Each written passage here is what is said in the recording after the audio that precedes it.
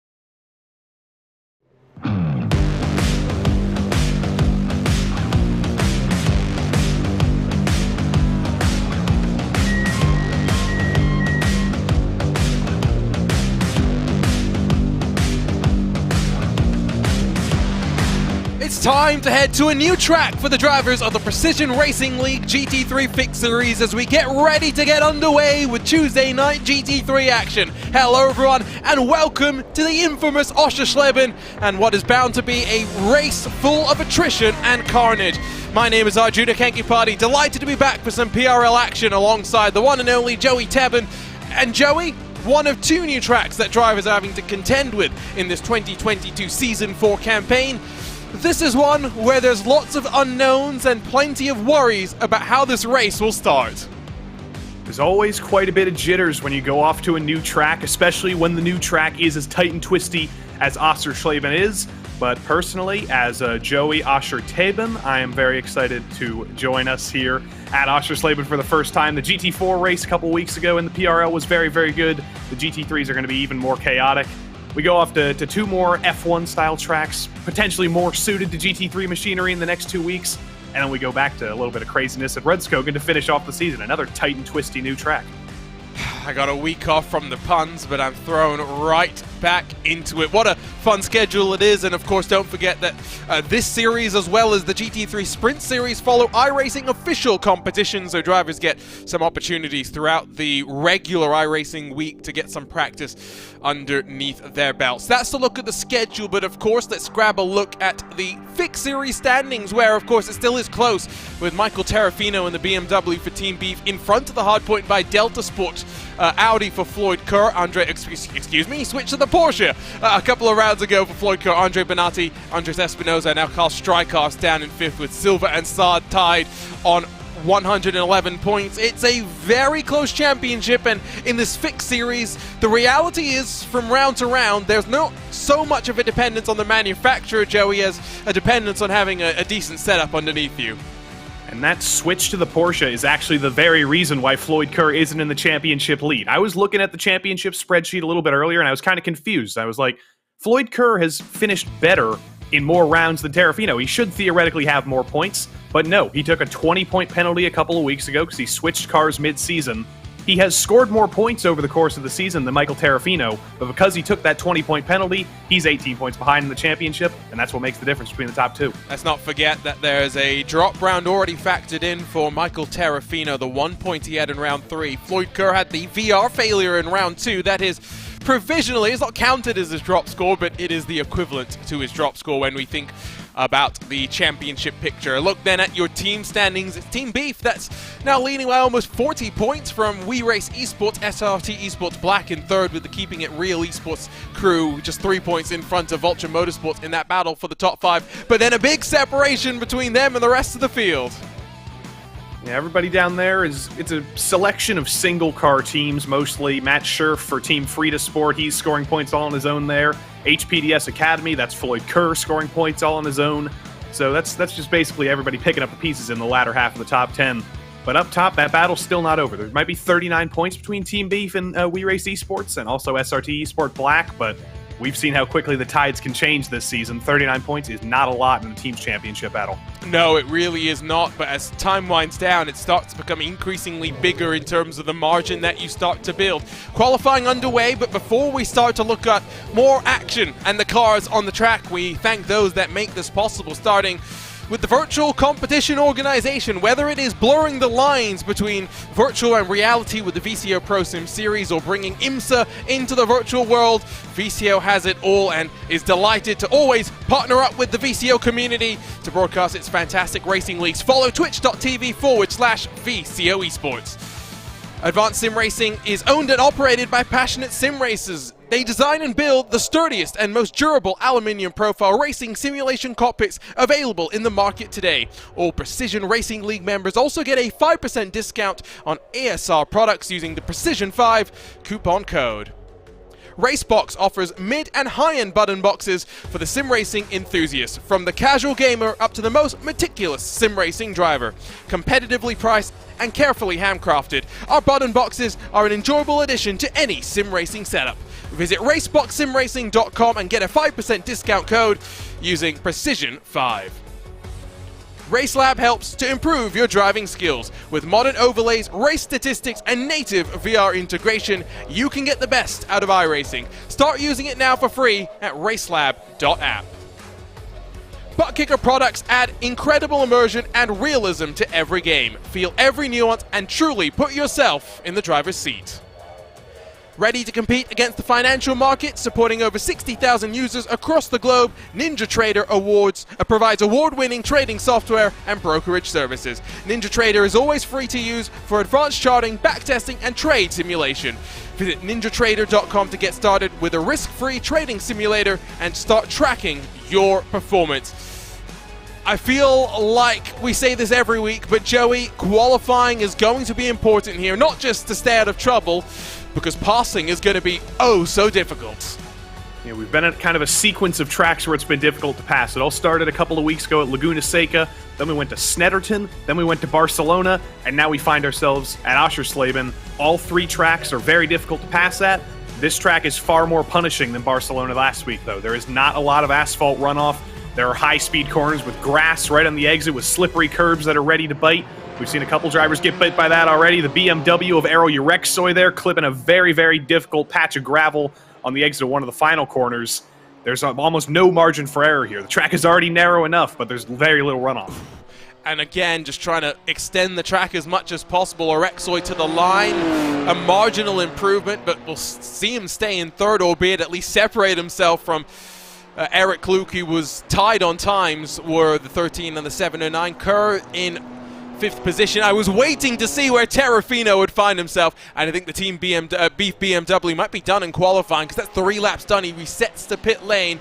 Here's Gary Brown running 2nd in the qualifying session, came into this race 11th in points. Gary Brown was a little bit naughty last week. I think he pile drove a few drivers trying to drive his way back through the field. He earned the praises of Terry Radford, didn't quite earn the praises of Jeff Fleischman, who he kind of binned out of the way, and he got about a 10-point penalty in total for that. So Gary Brown kind of on the back foot coming into this week, but he's always had speed. He's got a podium this season. He probably just needs to keep out of the back of other drivers this week. Yeah, he has the disqualified from round 2 as well. Now, I forget what that was for, but that will not help either. Now, half a second, the margin between Terrafino and the rest of the field. It's as simple as that. Now Gary Brown goes 3/10 slower on what will be his penultimate qualifying lap. It builds for the final lap, and let's ride on board with the Porsche through the opening sector here.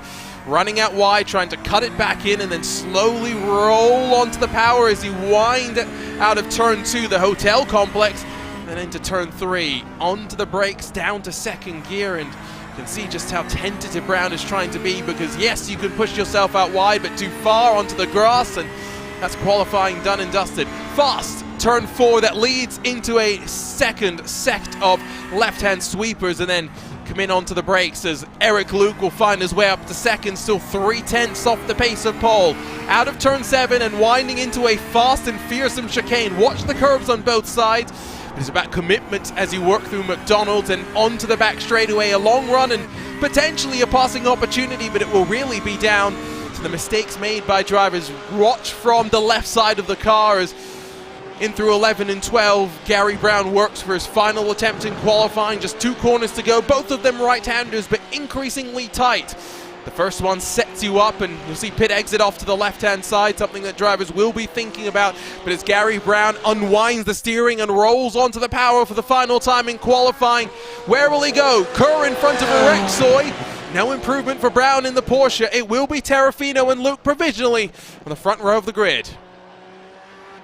Don't see many heavy hitters with laps left. Errol Urexoy could pull something out of the bag here. Here he comes through the final corner. Just kidding, he's not going to be able to. A little bit too much speed through the final corner. You want to carry as much speed as you can. You want to commit even more than you really can there through the final corner, but Errol found the limits there. Kenny Duval might have a little bit of speed. He needs 6 extra tenths of speed to be able to catch up. I'm not sure if he'll be able to find that much. That chicane there, it looks kind of difficult. It looks like it's high commitment, but it is mostly flat out with the downforce you have in these GT3 cars. As long as you've got your line correct, as long as you're turning in at the right point, it's basically flat out. It won't be flat out if you're trying to go side by side with another driver there, though, on lap 1. Yeah, I was going to say, you bring up that point, but instantly I thought, what happens when you're side by side? And in a field that is 40 cars deep, side by side is to be expected. The roar out of the Porsche as it comes into the final corner. Duval will complete his final lap in qualifying, trending for an improvement, and it's 3/10 of an improvement, and it will get him up to second. Kenny Duval on the outside of the front row. I think my wow was a little bit preemptive there. I said that when our timing kind of registered as a 1:22.0. I thought he stole pole from Terrafino, but still, the front row is good for Kenny Duval. Here's his teammate Eric Luke, back for the first time in quite a while this season, if I'm remembering correctly. That one was kind of a throwaway lap, but that's it. Will he get one more? Yeah, he won't get one more time because we're 10 seconds too short for him. Well, and also this is the 5th lap of his qualifying, so that doesn't help either. Yeah, that also doesn't help the fact that he's got no more attempts. I think that's it. I think we're done for qualifying.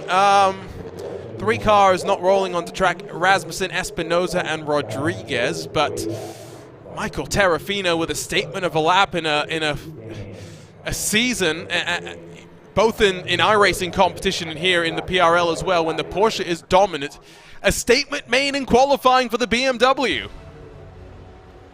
Yeah, the BMW, for how kind of clunky it looks, for how boxy it looks, you wouldn't think it would be great at a tight and twisty track like this with a lot of high-speed corners with some fiddly sections, but you'd be dead wrong. The BMW in the hands of Michael Terrafino is absolutely perfect at a place like this. He's been on a hot streak for the past couple of weeks in all of these tight and twisty tracks, and that's his 4th pole in 7 races. That's more than half of the season Michael Terrafino has started first. It's a crazy run, and it started as such a competitive championship, but he is starting to break away at the front of the field. Plenty of unknowns to head into as qualifying will draw to a close, but as the drivers of the Precision Racing League GT3 Fixed Series get ready to go at Oschersleben, it is just one of 2 new tracks. But what do we have in store at a track that is infamous for the run into turn number 1? Maybe more specifically, the commentary on the run in towards turn number 1. But once again, it's Michael Terrafino and the Team Beef BMW that will bring us to the green. Kenny Duval for the Cloud Valve Racing number 63 alongside with Eric Luke, fighting with his teammate at the front of the field. Then Gary Brown in the Vulture Motorsports Porsche 911 sees the outside of the front, second row to his name. Floyd Kerr, Errol Rexoy, 5th and 6th, Porsche and BMW, dominating the top 3 rows. Andre Benatti 7th with the first of the Lamborghinis, Lunatic Racing, and some new colors for Alex Wright as we move to November on the outside of row 4 with Sully Saad and Greg Doucette completing the top 10. We Race Esports lockout row 6 with Rodrigo Morales in the Porsche alongside Velas in the Ferrari, while Brandon 6 in the Stealth, keeping it Real Esports number 4 alongside Roy Brown on row 7. Colantonio and Carollo 15th and 16th positions with Caranjas and Martinez row number 9, bookending the top 20. Matt Sheriff and Nick Silva both in Porsches. Then the Throttle Thursday, Mercedes and Matt Dinsmore sees Thomas Amos in the Ferrari for company. Aiden Hill, Dave Peterson, 23rd and 24th, in front of Ron Chandler and Eric Kulaga, Dale Peterson, and then Baron Glover, 27th and 28th, with Mark File and Ryan Luna finishing out the top 30. We do have a full pace lap, so we'll continue scrolling through the names here. Glenn Vanko, the second of the Chandlers, has some work to do with Regan back in 32nd. Sean Duhamel, Joe McCauley, Hoskins, Kulaga, 35th rather, and 36th. Strykars, 2.8 seconds off the pace, and Espinoza, no lap time on the board. Lots of work for them to do, along with the likes of Rodriguez and Rasmussen. Lots of shake-ups in qualifying then, Joey, as we get ready for this full pace lap. Unfortunately, it doesn't look like Espinoza and Rodriguez are going to take to the grid here. They were here for practice, but I don't see them in the back of the grid. Maybe they're going to elect to start from pit lane. That might be an interesting strategy, but Francis Espinoza, he's a championship contender. He's won 2 races. Terrafino's won 2 races. Kerr's won 2 races. They've been dead even, and this is going to be a huge hit to Espinoza if he doesn't even get off the grid tonight. I always say consistency wins championships. Michael Terrafino consistently at the front of the field, the 4th time in 7 races, and in what is just a 10-round championship, he is well on his way to locking out half the pole positions in the short 10 rounds. I mean, expectations are hard to talk about, Joey, but let's talk a little bit about the race itself. We'll throw the 35 minutes onto the board. Drivers get 40% fuel capacity. It's not a mandatory pit stop, but the reality is you will need a splash and dash at some point during this race. And it's such a short track, such a big field. Once again, traffic is going to make playing any strategy a very difficult proposition. Yeah, you're not going to be getting out of traffic here, especially if you go for an early stop with 38 cars on the grid. If you pit, you're basically going to be guaranteed to find yourself behind another driver somewhere on track. So the key to surviving this race tonight, frankly, is just going to be keeping the car on track. That's kind of straightforward to say. You probably say that at every single track we go to, but it's especially true here. It's difficult to actually make a pass on track. There's not necessarily a lot of places that really hand themselves to good passing opportunities, but the best way to make a pass at a driver on a driver at Oschersleben is to hope that they make a mistake in front of you. Don't worry, it's not the most obvious thing that we've ever heard here on RaceSpotTV. Still goes to Lewis McLeod, a Simi Award winner, saying, well, the gap's either going to decrease, stay where it is, or increase. Yes, Lewis. That is true, though. That is true. I mean, you've got 3 options there. You guaranteed 100% of the cases, yes. I want to give one more driver a shout-out that I'm interested in here. Andrew Rasmussen didn't qualify, and I think that was deliberate, though, because he is starting at the back of the grid. He was around 26th in practice, rather. Didn't really have the speed he's had in other races this season, so I think what he's done here is he said, I'm going to stay out of the calamity in the middle of the field that might happen on lap 1. I'm just going to start from the back, and I'm going to try and pick up the pieces. If I was going to qualify 26th anyway, what's 38th instead? I'm hoping there isn't too much carnage. I will be honest, Joey, unfortunately there was a reason I wasn't commentating last week. It's because I literally couldn't be here. So unfortunately, I'm not too familiar with how much carnage we had at Barcelona, but what's in store for the drivers here at Oschersleben? One of 2 new tracks across the 10 rounds. The next one rounds out the season. But the green flag flies in Germany, and Michael Terrafino, for the 4th time this season, will run us into turn number 1. A great start from the BMW. Immediately going on the offense, though, was Alex Wright in the lunatic Lamborghini into turn 1, and then onto the brakes. Terrafino already breaking away, but a nice tidy start through the field, and now into turn 2. No major drama just yet. No major drama yet. That's partially because we are at the alternate layout of Oschersleben. We don't have that tight 90-degree turn 1 that John Watson loves so much. I was wondering. We had a quicker run through there, but mistakes are already happening on the exit to Hasseröder there. I just saw I think Andre Bonatti's already getting a little bit out of shape. Those green curves on the outside, you can use them, but you go a little bit too far over there, and you're getting spat across the track. Oh, and, well, that's Velos in the middle of the road, and now very much swarmed. Loses out to Aiden Hill in the Lamborghini, and now 3 wide. That, I think, is Brandon 6 with major damage to the Keeping It Real Esports Porsche 911. Through the chicane with tires still coming up to temperature. 1.2 seconds the gap at the front of the field. Michael Terrafino is on a mission. And that was a perfect start. He basically, as soon as he got out of the final corner, he instantly got in the throttle, caught Kenny Duval by surprise, kind of made him fight with his teammate a little bit, and the 2 Cloud Valve drivers had to decide what they were going to do into turn 1. They had to lose that battle between each other, and they had to separate each other out, and they separated the gap up to Michael Terrafino even more as well.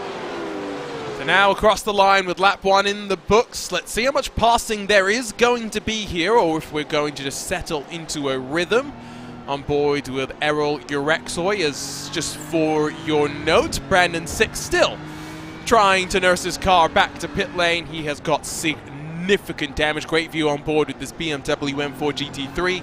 And let's not beat around the bush. I think the thing that has excited sim racers around the world, announced during BMW Sim Live just this past weekend when more than 400,000 people were watching. We're getting a LMDH car, and it's coming soon as BMW and Dallara partner up with iRacing once more to bring prototypes and the latest prototypes to iRacing. I think Errol Urexoy probably hopes he's in a. He's hoping that he was in an LMDH right now, because that thing is understeering, and there goes another BMW off the road. I think that's Greg Doucette. No, it's his teammate Carangas. Yes, to be fair, it doesn't matter what BMW you're in. You're not getting away with something like that once you've gone off into the grass. Carangas has been able to recover, albeit down in 35th position. Now Strykars takes to the grass, and his car is beaten and banged. Almost takes out Sean DeHamel, who runs his way on through. Not so dramatic at the front of the field, but behind, well, Brian Hoskins still trying to get his way pointed in the right direction. It's not been a good day to be a BMW in the back of the field. Hoskins and Carangas and a few others have all run into trouble. I have to imagine there was a little bit of contact that led to both of those incidents in turn 7. There's been a lot of differences in lines, drivers taking more speed coming into the corner and not necessarily thinking about their exits, and other drivers who are kind of backing it up, thinking about getting a better run in the second half of the long corner. I imagine they had to meet in the middle there, but I'm sure your computer is smoking already, Arjuna, and the replays will be baked soon. I have a feeling it's not just the computers that are smoking, probably some tempers flaring as well. Although, I mean, coming off a weekend where there's been plenty of drama in the real world when it comes to what is now acceptable in racing. Be very curious to see what has happened at the start of this one. And I think we're going to get our first look at it. And, well, now we know what happened to Brandon 6. Yeah, unfortunately, there was an Angelo Veloz just perpendicular to the track there. Incredibly, Angelo kind of got away with no damage there. That Ferrari still looks like it's perfectly fine as it goes through, but Brandon 6 got really bit there. Angelo Veloz in that green and gray Ferrari. Watch him as he spins here. Did he get a little bit of help from a driver ahead? No, that Angelo ahead just loses it all on his own, and 6 had nowhere to go. Cole Antonio barely made it through, too. Yeah, Cole Antonio is the one that I think made Brandon 6 have to check up and left him with no choice to take avoiding action, as, well, that's the wrong way for your BMW to go, as there's an aggressive rejoin as well. Ryan Luna spins himself around and drops out of the top 30, but yeah, it's all happening at the back of the pack. Mark File now alongside with Dale Peterson on the run into turn 1. Mark File's got a little bit of beef with Glenn Vanko and the Team B Ferrari, but he's able to get back in line. He's going to go for a longer line on the outside of turn 1 as well, or actually turn 2.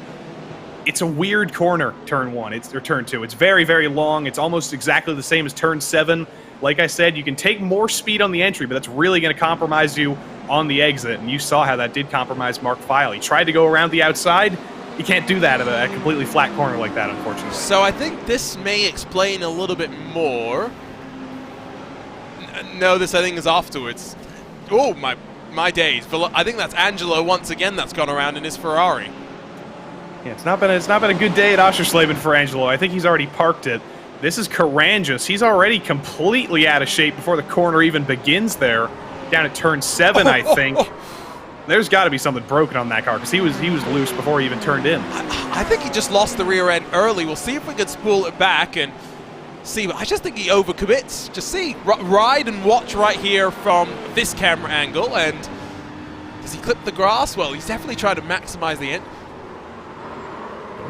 Mistake? I mean, yeah, that's really weird, though. You haven't really seen that from any other driver tonight, but it was the opening laps. It's only lap 2 that this mistake happened, so I guess it's kind of understandable that there might have still been a little bit of a cold tire situation there, but that just looked bizarre. And Kyle Strykars basically did exactly the same thing in a different car at a different corner at the chicane there, and he lost the rear as well. So can we actually pick up how Ryan Luna went around? I think that's the question we all want to figure out. Why that pale yellow BMW was pointed in the wrong direction. Oh. Whoa. Oh. Oh. I yes. think that was a little bit of target fixation. He saw the accident ahead of him. He was like, I'm going to give this as wide of a berth as possible. I'm not going to get involved. Oh, crap, there's grass there. I'm getting involved anyway. A little bit of sympathy. Spinning! My days! Eric Luke must have had a slowdown penalty, but then almost got hit up the rear trying to serve it. Whoa, okay, well, we're starting to have a little bit of action at the front of the field. Maybe not the type of action we wanted. No time to take a breath here. And Eric Luke was fighting for the podium. Now he's got 2 Porsches ahead of him. We're going to be almost impossible to pass. Gary Brown was so aggressive last week. Floyd Kerr, he's always been a better racing driver than a qualifying driver this season. Eric Luke had that position in qualifying. He needed to make sure he didn't make any mistakes, and that's what can happen when you make a mistake at Oschersleben. That's the way you're going to lose positions. Well, and you remember you were talking earlier about the chicane and how, well, it wasn't difficult, but you had to just hit your line. I think if we grab a look at this, we'll see why he had that slowdown penalty. Just look how much he cuts, and they're all doing it, but he must have just crossed the invisible line, and now there's that moment of uncertainty when iRacing's telling you, give up X amount of seconds in the next 30 seconds, and he'll be knowing that he's got to do it, and he's running out of time bit by bit, and here, it wasn't the first car, it wasn't Gary Brown, it was Floyd Kerr who almost ran straight into the back of him. There's some tracks, honestly, where you can kind of game the slowdown system. You can get away with serving it without necessarily just parking it on the track, but Eric Luke tried to do that. He knew he was going to run out of time, and there he goes again. Well, it's you can't blame the commentator's curse, as Sully Saad will say thank you very much and grab yet another position away from Eric Luke. But we didn't know what to expect. We did expect some drama. That's what we're getting. Less than 10 minutes done. We're already 6 laps in the books here. Michael Tarantino leads by 2.5 seconds. He looks set to grab win number 3 of the season and extend his championship advantage over Floyd Kerr, who runs in 4th spot. Andre Bonatti, who entered the night in the championship 3rd spot, sits in 7th as Colantonio now, in the distinctive Grello Manthey Porsche colors, does a full little spin around to try and find his way back onto track. Yeah, welcome to the club, Chris Colantonio. It's going to be a big group of drivers who have spun here tonight. That was another weird place to spin, but he hopped the curb in turn 1, tried to overcorrect it, and ended up firing himself into a tire wall that you don't normally see cars hit. That was just getting a little bit offline, trying to take a little bit too much speed through the first part of the corner, and the Grello car clipped those yellow sausage curves, and you can't steer the Porsche when it's not on the ground. You can't steer any car when it's not on the ground. If there is a car which you can do so, please let me know, because I'd very much like to buy this car. It'll be coming in 10 years. Tebben Motors, hover car, book it. I'm just saying, by the way, in a week of exciting announcements, do watch That's a dangerous spot to be stranded for Colantonio. Finally gets it into reverse and will back it up into the gravel. But yes, it's a week of exciting news. Do stay tuned to the VCO Esports Racing League this coming Wednesday. I think it's 7 p.m. in Europe for those of our friends across the pond, which is likely not many watching given the time that this broadcast is actually happening right now. I am very cognizant of that fact. Plenty of exciting announcements for us to be talking about, one of which has already gone public. It's not on this iRacing platform, but VCO and the Low Fuel Motorsports team have partnered up for Flex Stream, and I'm telling you, I'm reading through this rule book, and I'm confused as a commentator. I don't know how the drivers are going to be thinking about it. That's going to be exciting. Lots more exciting stuff, including more news about the next edition of VCO Pro Sims as we blur the line between virtual and reality. Now, does Gary Brown try and get the move done on Duval? Duval, I think, made a mistake on this lap because he's lost a whole bunch of ground. The gap to your race leader is now up to 4 full seconds. Yeah, Terrafino's just been driving off into the sunset. Those last couple of corners at Oschersleben are kind of Mugello-esque. You get off the line in one of them, and it just completely throws you off for the second of them. And then through the final 2 corners, you're still just trying to recover. Duval hasn't been able to do that. Brown's in the draft here. He's not going to be able to send it to the inside into turn 1. It's too fast of a corner to just stick a nose in. But he backs out early. He's going to hope that Duval makes another mistake. And if Duval does, he knows Brown is right behind him. He's waiting to pounce. Floyd Kerr in the mix as well. Remember, came into this one 18 points behind the championship leader, but by virtue of the 20-point penalty. So in reality, it's 2 points ahead despite the technical issue that he suffered. Back at round 2 at Motegi. See the lines that they take through the triple left-hander. Floyd Kerr will run into the bumper of Gary Brown. Brown survives. Bit of a shove there, but no harm, no foul, I guess. I think that was a little bit of an optical illusion from our camera there, but Floyd Kerr went inside the rear bumper of Gary Brown's car there. I thought that was going to be a Ty Gibbs-style punt into turn 7, but they got away with it. But Kerr got very, very close to the back of Gary Brown there. That scared me a little bit. Just a little bit closer than he would have wanted. Now Carl Strykar started down the back and can see a little damage to the right front. It's not been an easy day for him, to say the very least. I almost wonder if a little bit earlier in that replay if Strykar's hit one of those yellow sausage curbs, and that's what really damaged him coming into the second part of the corner there. Looks like Andre Bonatti's had another incident. The We Race Esports team has had a hellish day so far, and Bonatti's down to P12. Yep. Another one to have an issue. He'll drop from 7th position down to 12th, I think, where he sits right now. Floyd Kerr looking very feisty, I do tell you. Grab a look at what happened to the We Race Esports Porsche, and again, penultimate corner, again issues, and it's just that rear-engine nature of the car and the way the weight transfers. I almost wonder if he clipped the grass a little bit coming in, because he was sideways almost immediately entering the corner there. Let's ride on board with him here over to the left side of the track. Yes. Yep, there it is. Nice little grass clip. Again, that'll happen in both the Porsche and the BMW and any GT3 car. The grass is right there in the exit. You've got no margin for error in this place.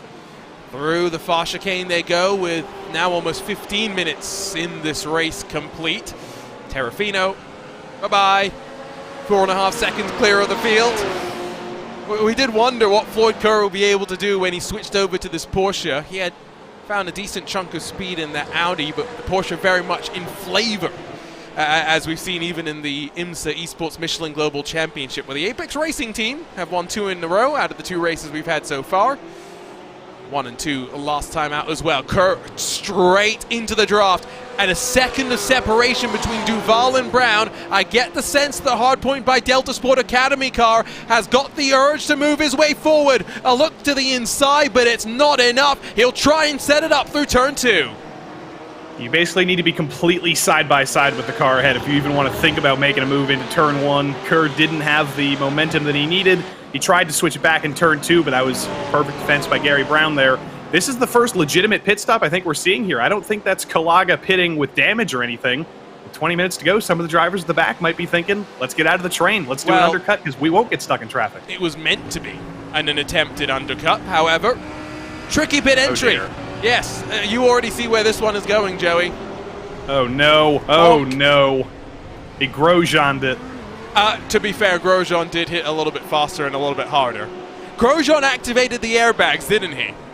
He did. He almost killed Ed Jones. Yes, the nickname that we're not allowed to say on air. 20 minutes left to run in this race, so officially 15 minutes in the books. Remember, you're watching Tuesday Night GT3's GT3 Fixed up first, 35 minutes in a fixed setup competition. After that, we get going again here at Oschersleben, but for 40 minutes an open setup field where the reality is we just want anyone except Sean Campbell to win these races now, even though he is forced to drive the McLaren, because it makes our lives a lot more entertaining. Floyd Kerr not close enough to have a look this time by, And to your point on the early pit stop, I'm not sure how well that's really going to work because, lap times here are about 1 minute 20, but the field is starting to get split quite significantly, Joey.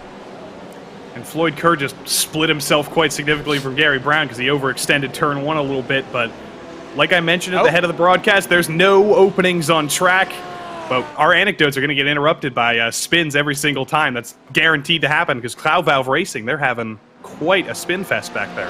Yeah, I'm not sure exactly what we have done to incur the wrath of the racing gods, but we will have to try and see what happened to Baron Glover if we can spool up the RaceSpotTV replay machine. Here we go. We'll get a good look at this one.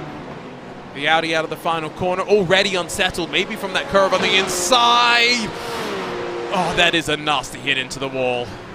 I think he was just distracted by the flames out of the back of Dave Peterson's car, because that's a weird place to spin. That I joke about getting distracted, but that does seem a little bit like he just lost a little bit of focus there. Eric Luke back in front to Sully Saad and using a bit of gravel. I do think that he actually clipped a little bit more of the final curb, anti-cut curb, than he thought, because as soon as you do, remember this is the older Audi, not the Evo Audis that have come out in more recent years.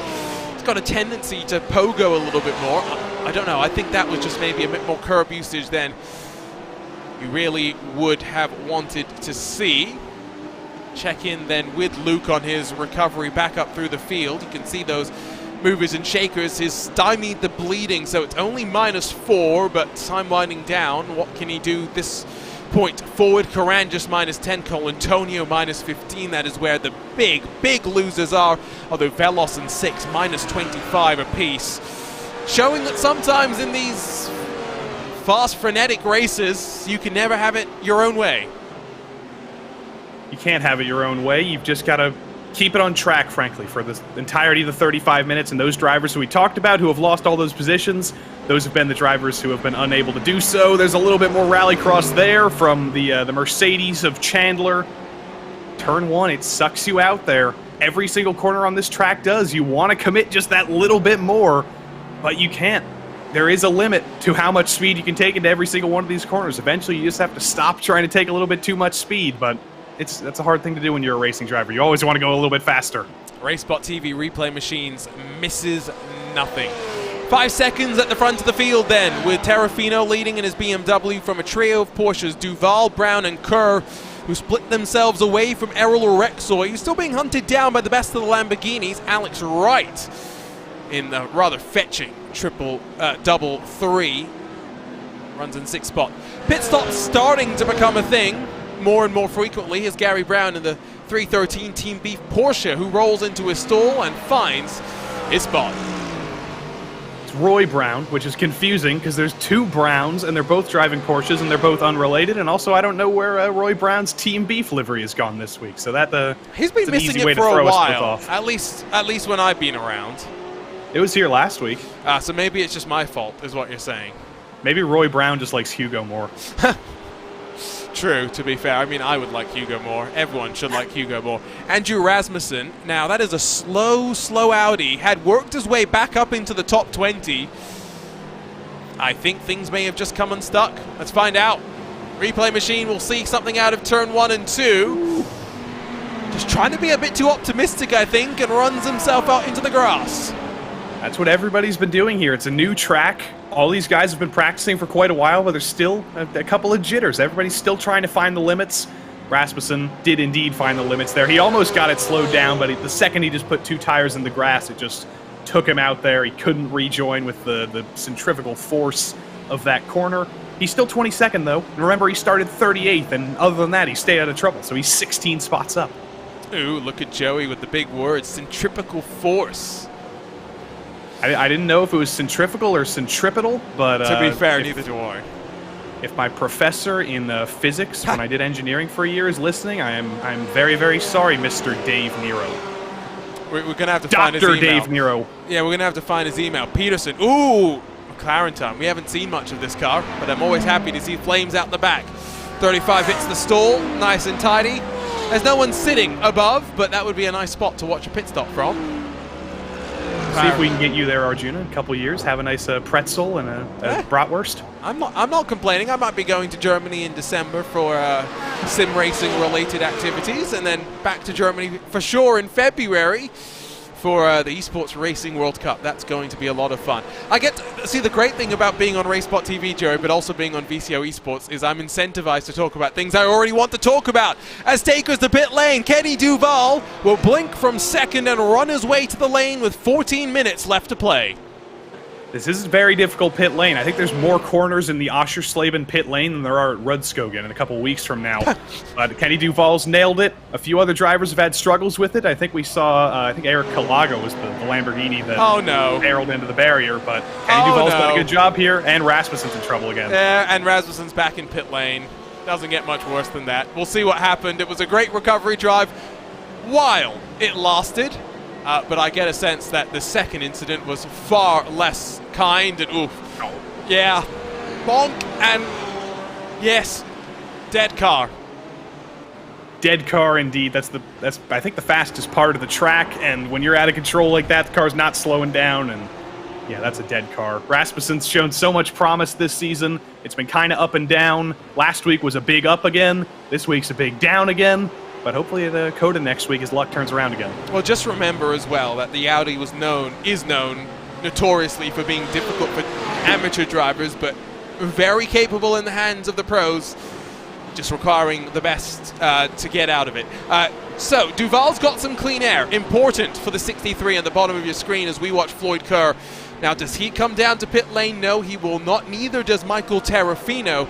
So for Kenny Duval, with 3.5 seconds of clean air in front of him, it doesn't get much more perfect than this. It's absolutely perfect running for them right now. They don't need to do anything crazy. They just need to run their lap times, to run some qualifying lap times, but that's not going to help them at all. That's a lapped car. I think that is Steven Martinez, who just came out of the pits. He's going to get out of the way, so very well done for the Ferrari there, but that's still checked up Gary Brown because he found Steven in the middle of the corner. That's the takeaway from the Oschersleben pit exit. And pit entry, Matt Scherf navigates it safely and will now complete the one and only trip that we expect drivers to have. I must say, I will reiterate, love this. I loved the lunatic colors in October. I do love these new paints that they've got on the car. Are these new paints or are these old paints that I just haven't seen enough, Joey? I'm trying to think, but there's a reason I can't really remember Alex Wright's paints before October, and that's because his previous best result this season was 15th. He's running 10 spots above that right now. I hope that doesn't jinx him, but we're seeing a lot more of Alex Wright for a reason. Yeah, I knew instantly you were about to throw him under the bus there when you started that sentence. 11 and a half minutes to go, so we're getting to that point where drivers will be required to take their trip to pit lane. I think Gary Brown has, as Erexoy will as well. Yes, indeed, there comes the Porsche for Brown. So Kerr will stay out, but the gap to Terrafino, 9 full... I don't know what Michael Terrafino has figured out with the fixed setup in this BMW, but he is a flying. Well, he drives for Team Beef, and the Germans do love beef, so that's probably got to be something to do with it. We Race Esports has had beef with this track, because there goes another one of their drivers. That's the 23 of Rodrigo Morales. I think that's all 3 We Race Esports drivers who have run into trouble tonight now, so they got the trifecta. Makes the set. Here's Austin Hill, who did do a bit of a power slide, but then brings it back under control. Here will come the exit for Brown. Now, where's Duval relative to him? Oh, they're alongside, but Brown is in front by the narrowest of margins. Oh, the undercut did not work. Gary Brown holds on to second, and now we wait to see where Floyd Kerr shapes up in this fight. There's no tire changes in the pit stops, but Gary Brown, his tires are still going to be a little bit colder just because he's been sitting in pit lane for a little bit longer. He's been slower for a little bit longer. Now is the time for Duval to pounce, but I think it might already be too late. Roy Brown's got the heat back in the tires. He's back under control, and we're going to have to find a way to figure that out the old-fashioned way. Here comes Terrafino. I think here comes the field is probably the right way to put it, because I get the sense this is the limit of the fuel tank, and look at how busy pit lane is going to be. Execution, the now important factor for Floyd Kerr. Greg Doucette in the Throttle Thursday 85, I do believe, has been able to go one more lap as the overcut. Is the overcut rather going to play out the way that he wants it to? We will have to track the progress of Floyd Kerr relative to the two winding out of the final corner as Brown and Duval with the tires up to temperature run into the opening corner. Off the limiter comes Floyd Kerr in the hardpoint by Delta Sport entry, but now do remember how much longer, and the car straight off. Straight off. Now Floyd Kerr gets in front of Kenny Duval by chopping the nose off, but my days, that was a big one. I think that was Aiden Hill, and if that was like 1 second later, he would have wiped out one of our contenders coming through the corner there. That's another driver getting bit by turn 1. Aiden Hill just recently moved into this series from the GT4s. Yeah, he's been bitten by Oschersleben as well. Nobody can escape the wrath of this track. There he goes. Boop. It should be good luck to be in a Lamborghini here, because I checked. The lap record at Oschersleben was set by Albert Costa this year in a Lamborghini, but it's not working so well in the Fixed series here. Again, it comes down to the balance of the setup that you're dealing with and how drivers can adapt to it. You don't have any tools, of course, to work with, so instead, your hands, your feet, what can you do with them? Terrafino, of course, will retake the race lead as Kenny Duval now makes a mistake and will lose track of Brown and Kerr. So now it is a two-way fight for second and third. Kenny Duval has got 2 seconds to make up with 8 minutes left on the clock. The lap car's getting out of the way there. I think that was Baron Glover who's got a little bit of damage, so well done to him, doing the perfect job of getting out of the way. We had a little bit of trouble with that a couple of weeks ago, but in the GT4s, wasn't too bad, but there were some conversations in the Precision Racing League about what lap cars should do, what they shouldn't do, and Baron Glover did exactly what he should do there, just got out of the way on the straight. I always find that conversation quite interesting because experience plays such a big factor in how you deal with it. Just having that insight to work through situations. It comes from putting yourself in situations. I think all cars have now made their trip to pit lane, so that's important. 7-minute dash to the end from here. Where you stack up now, how much can you really find in terms of track position? 7+ seconds splits Terrafino from Brown and Kerr, who squabble for second and third. The final steps on the podium behind them. Kenny Duval now 3 seconds adrift, has plenty of work if he wants to try and get back onto the back of the two in front. Arexoy Luke, 5th and 6th positions, with Wright, Brown, Doucette, Benatti rounding out the top 10. Plenty of Porsches in the top 10 for sure. BMW's looking strong. Not sure what happened to Sully Saad, by the way, Joey, but he is all the way down in 32nd now. I think he might have had a little bit of maybe some trouble in the pit entry. Maybe he got a speeding penalty or something. I'm not sure, but that is him right there in the background. He's going to be actually fighting with Ryan Luna for position, or no, he's not. I think Ryan Luna might have thought that Sully was lapping him, but no, they were racing for position there, and Sully Saad gets that one move, but I didn't see what happened to him. I think, to be fair as well, Ryan Luna, after being pointed in the wrong direction, just wants to stay out of trouble, likely for a little bit, so that might be the focus for the time being. 6 minutes, and then, of course, don't forget, 40 more minutes of racing action still left here tonight on the Tuesday night GT3 doubleheader. The Fixed series will say goodbye to us, and on RaceSpotTV we focus in on the GT3 Sprint Series, and we see how the fire-breathing McLaren will do in the hands of Sean Campbell, who is now no longer undefeated in the Precision Racing League and is now undefeated, or rather is defeated in the Lionheart Racing Series as well, with his streak of victories coming to a close there. That BMW. Guy's washed. Yeah, I was going to say, clearly washed. Totally not because he had that last-minute switch over to McLaren, not totally because he's having to learn about oval racing. One of the We Race Esports Porsches, trying to work on the back of Greg Doucette. Oh. Roy Brown spins ahead as well, so it's been a bad day to be a Porsche as well. They've been the ones who have been spinning all this time, but also Lamborghinis have been getting bitten, and BMWs as well. So I haven't done a statistical analysis of which car has spun the most, but I feel like the Porsches have been the most likely to lose it at certain parts of this track. Let's see what happened to Roy Brown. Did he clip the grass like Bonatti did a little bit earlier? See how much grass is being carried forward onto the track as well. Like, I think it tells you all you need to know about how much these drivers are trying to push the limits.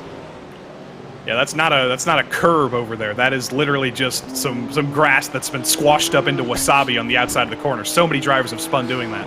Wasabi? We're not in Japan. It's a green paste. Fair enough. Rearwards from the BMW M4 GT3. Bonatti, look at the pressure, and his car looking pretty relatively clean for the struggles that some of those We Race Esports cars have had. I will agree that it's definitely been Porsches more often than not in trouble, and Colin Antonio proves that point perfectly. Indeed he does.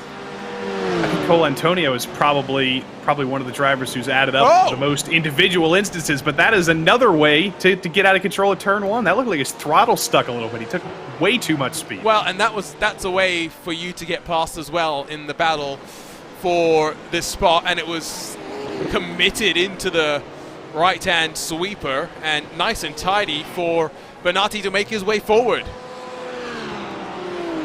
Big Bonatti on the big Beamer. Greg Doucette really took advantage of him there, and Greg is a driver who fights, but he's also a driver who's smart. He's a driver who's probably not going to send it too wide through the chicane there, because there's a very real possibility that that'll be what results in him being eliminated from the race.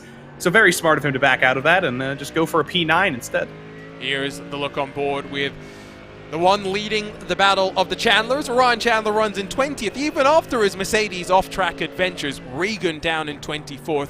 I will say I am rooting for the 75 today because we get the look on board with Ryan. We have no onboard camera for Regan today, Joey. Boo! Get back here, Regan. I want to see both Chandlers with the glaucoma background. It's funny you say that. I had to go get my eyes tested today. Oh, good. Yeah, apparently I'm good for glaucoma. All right, that's good. I know that the fact that I'm saying that every week in like 50 years, I'm going to go to the eye doctor. They're going to be like, well, karma. Yeah, you shouldn't have said it so much. To be fair, I haven't had to eat too many of my words on broadcast. Now, there are plenty of drivers that have had to suffer the consequences of my words. And so, again, my PayPal is open. Arjuna at RaceSpotTV. You can email me for more details, and we can coordinate the commentator's curse here during Precision Racing League events. I am just saying. I hope I don't have to eat my words tonight, because I said wasabi. Oh, yes. Oh, that is not necessarily the best words to have to eat. Here comes Terrafino. Now, this is into the second half of the lap. I think we're coming to the final lap of the race as well. Commentator's curse? Well, there it is. I think you were the one who said, Arjuna, that there's no such thing as a commentator's curse. There's just bad driving, and I think that might have been what bit there. I guess it's not bad driving. It's a mistake. It's a mistake that everybody's made before. No. But still, that's not a curse when you just clip the gravel. Before you throw me under the bus like that, I will swiftly throw Lewis McLeod back under the bus because it is really a Lewis McLeod saying. It is not an Arjuna Kankipati saying. Yep, curb spits him out wide onto the gravel and loops around the 75. I do enjoy the look on board with the driver's face, although I don't know if Ryan Chandler would have appreciated that so much. White flag is in hand, final lap of the race here at Oschersleben, and I think for plenty of drivers, they're happy that they're going to be done with this race in about 50 seconds time. Yeah, Michael Terrafino has just been... He's basically been on an Oschersleben track day for the last 35 minutes. He hasn't even been leading the train. He's literally been on a completely different track than everybody else. He's got 8 seconds behind him. He can just sit back, maybe listen to some German music with his Team Beef vehicle. I should probably know what beef is in German. I think I do, but I can't think of it off the top of my head. And he's just got a couple more corners to go, completely on his lonesome. Completely unperturbed by traffic, by track limits, by any difficulties that other drivers have had here today. It will be yet another victory for the Team Beef BMW of Michael Terrafino. What a run he is on this season. In a sea of Porsches, it is the yellow and blue BMW that shines brightest.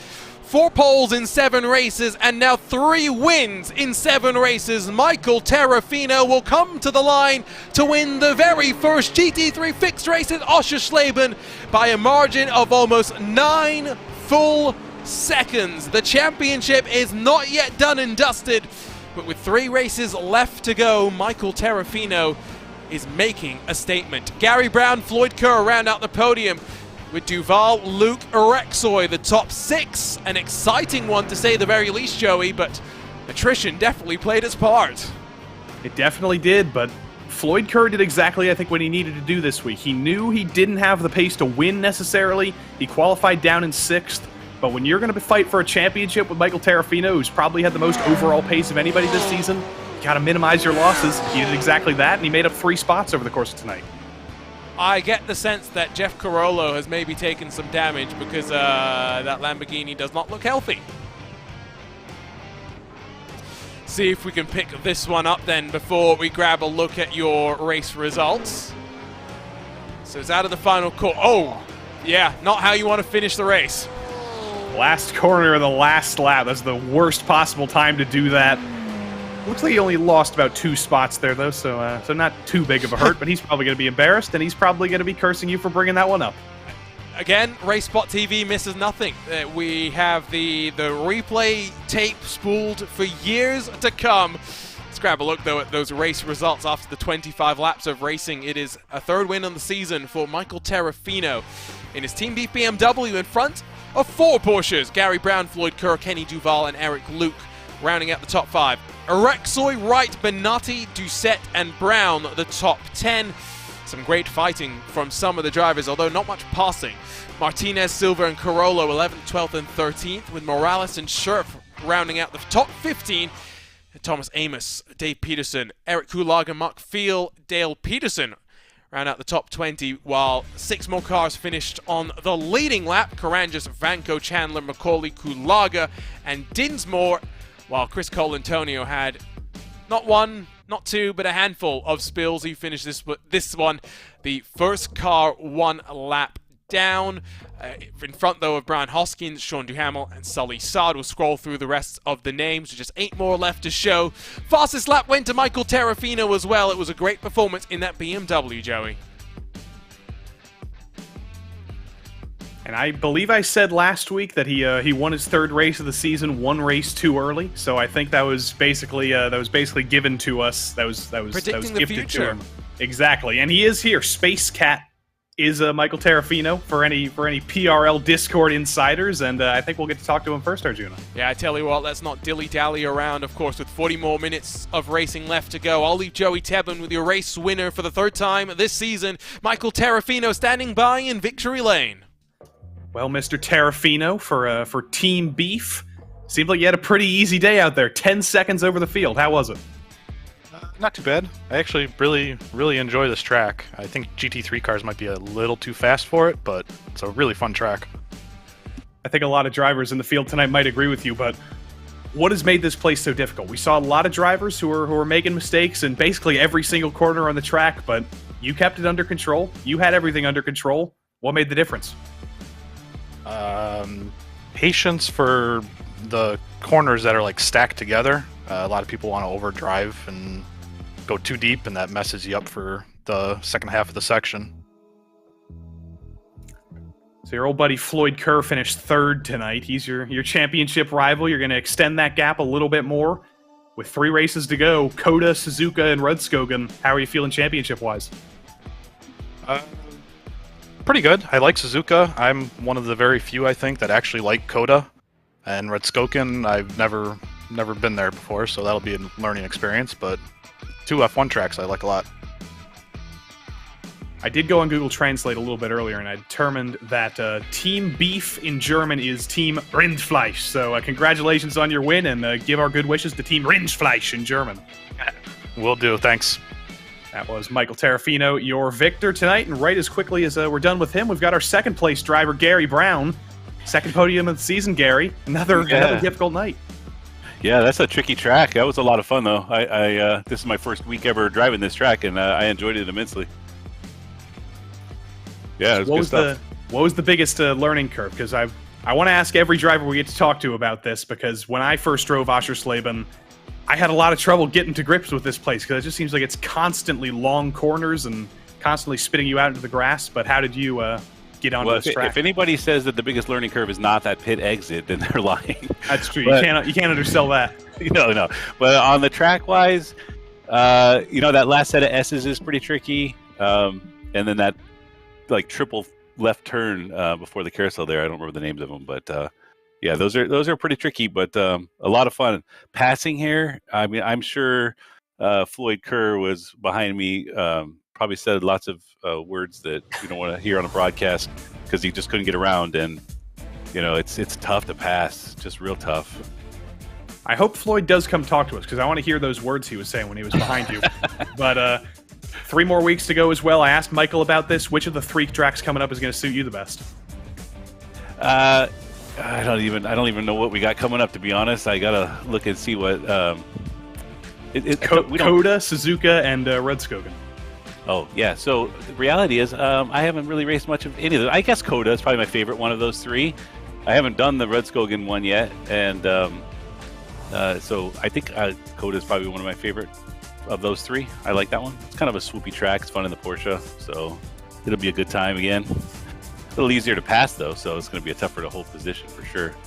I think last week you earned the good graces of Terry Radford, because you were getting a little bit aggressive in your drive through the field. So we'll see if aggressive Gary comes back in the next couple of weeks. Yeah, I don't. Last week I was a little out of sorts. I spun myself in the first lap, which frustrated me, and then I got to the back, and then I tried to climb my way back up, and I knocked a couple people out of the way, which is not what I want to be known for. So, I definitely apologize. I got some penalties for it, well deserved.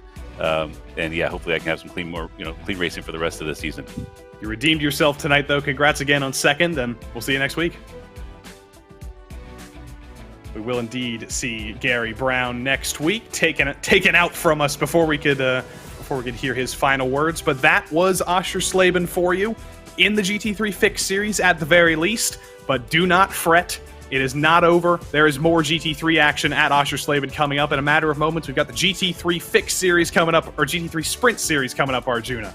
Yeah, it's going to be a lot of fun. Of course, it is the same exact schedule, so same track, but now slightly different in terms of the complexion of the cars themselves. Have drivers been able to dial out some of the nervousness that we saw in the first race of the evening? We will find out. Of course, you did talk to some of those drivers in the GT3 Fixed series about the races coming up. Circuit of the Americas up next on November the 8th. Over to Suzuka, the penultimate round of the championship before we finish up at the second of the new tracks, Rudskogen, to add to the party. Let's look at the championship standings, though, as we run right now. We mentioned, of course, during the course of the GT3 Fixed Series race that Sean Campbell incurred the 20-point penalty for misregistering for a session, and then being basically forced to join into the rest of the season with the McLaren, the fire-breathing McLaren MP4-12C. He drops 12 points back from Trepigny with 3 rounds left to go after this one is complete, but the reality is it's still hard to discount Sean Campbell as long as he finds some speed in qualifying. Yeah, last week, Arjuna, Sean told me that he was probably going to qualify around 10th, like half a second off of his teammate. He was struggling so much with the McLaren, and then once the race came around, once qualifying came around, he qualified second, he ran second all night, and he was within touching distance of the win. So he also said that he would be competitive for the rest of the season after that. So if he was overperforming expectations last week, can you overrun your expectations for running for the win this week? I don't know. We'll probably find a way to do it.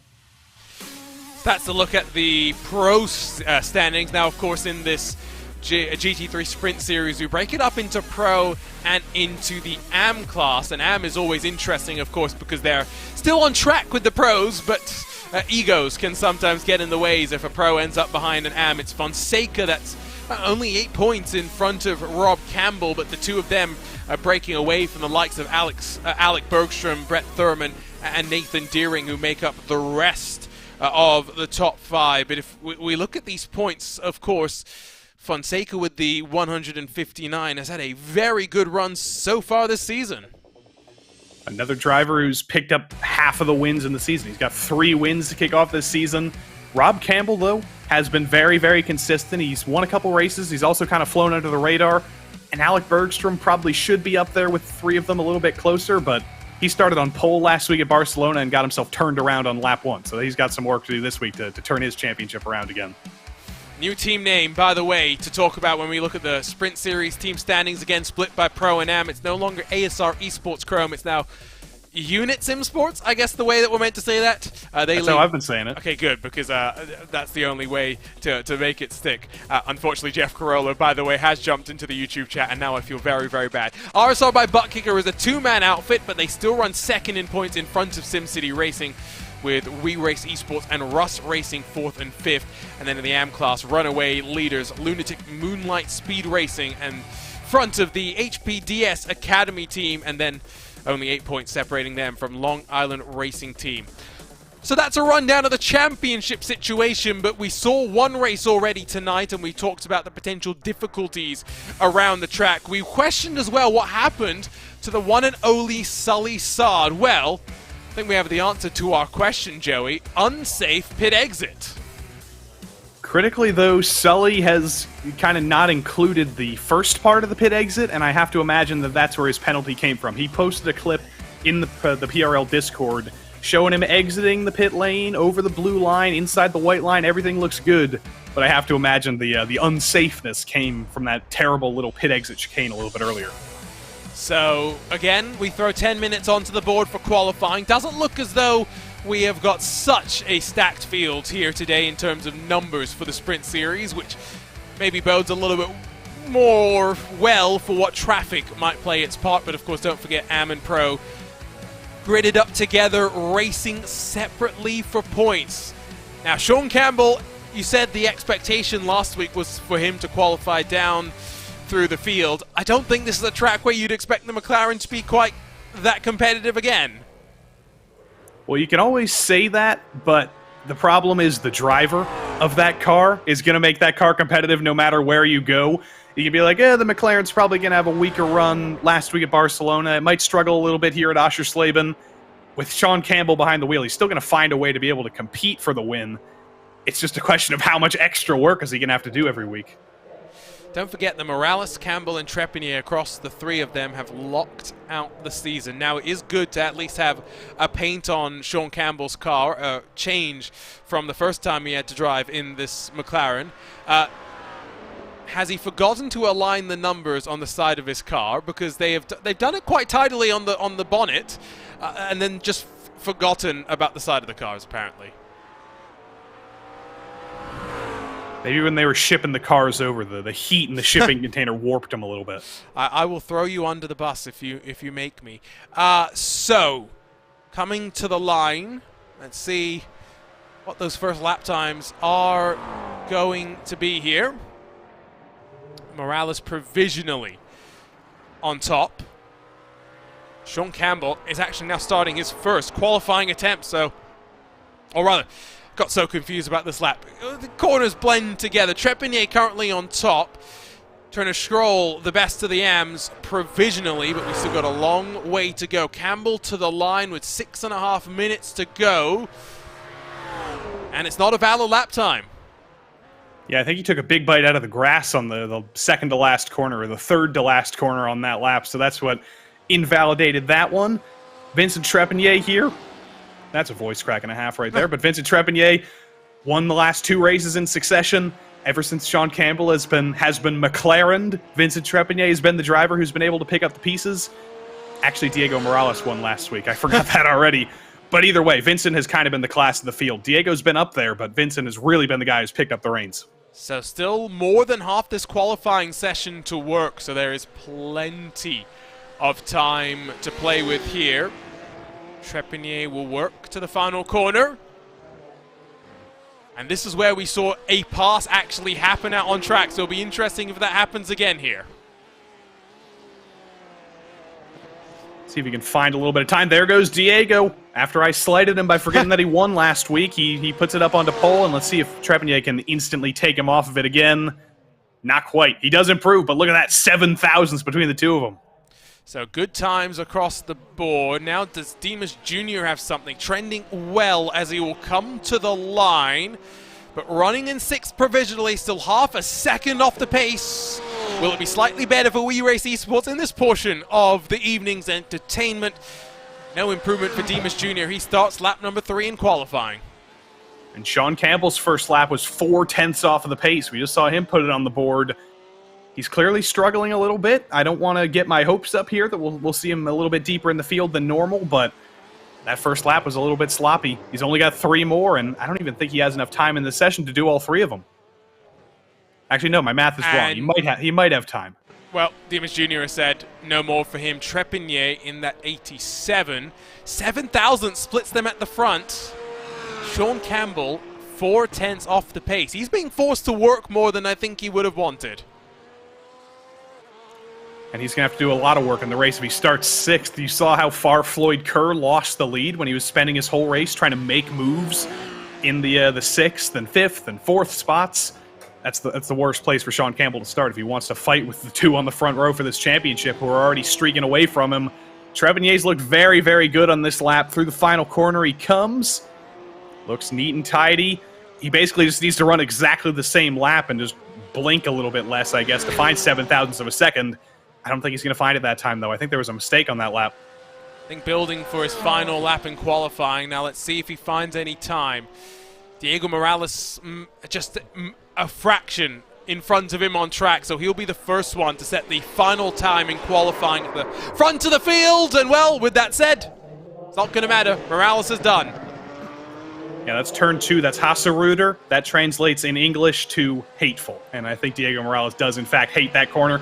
But I don't know why that corner's called hateful. That is one of the least hateful corners on the track. That's pretty straightforward. Turn 1 and turn 7 that are just eternally long. They never seem to end. Those are the corners that I would call hateful. There are plenty of corners on this track which do not look the most simple. Porsche looks hooked up, though, through the far chicane. He sees all the track on offer.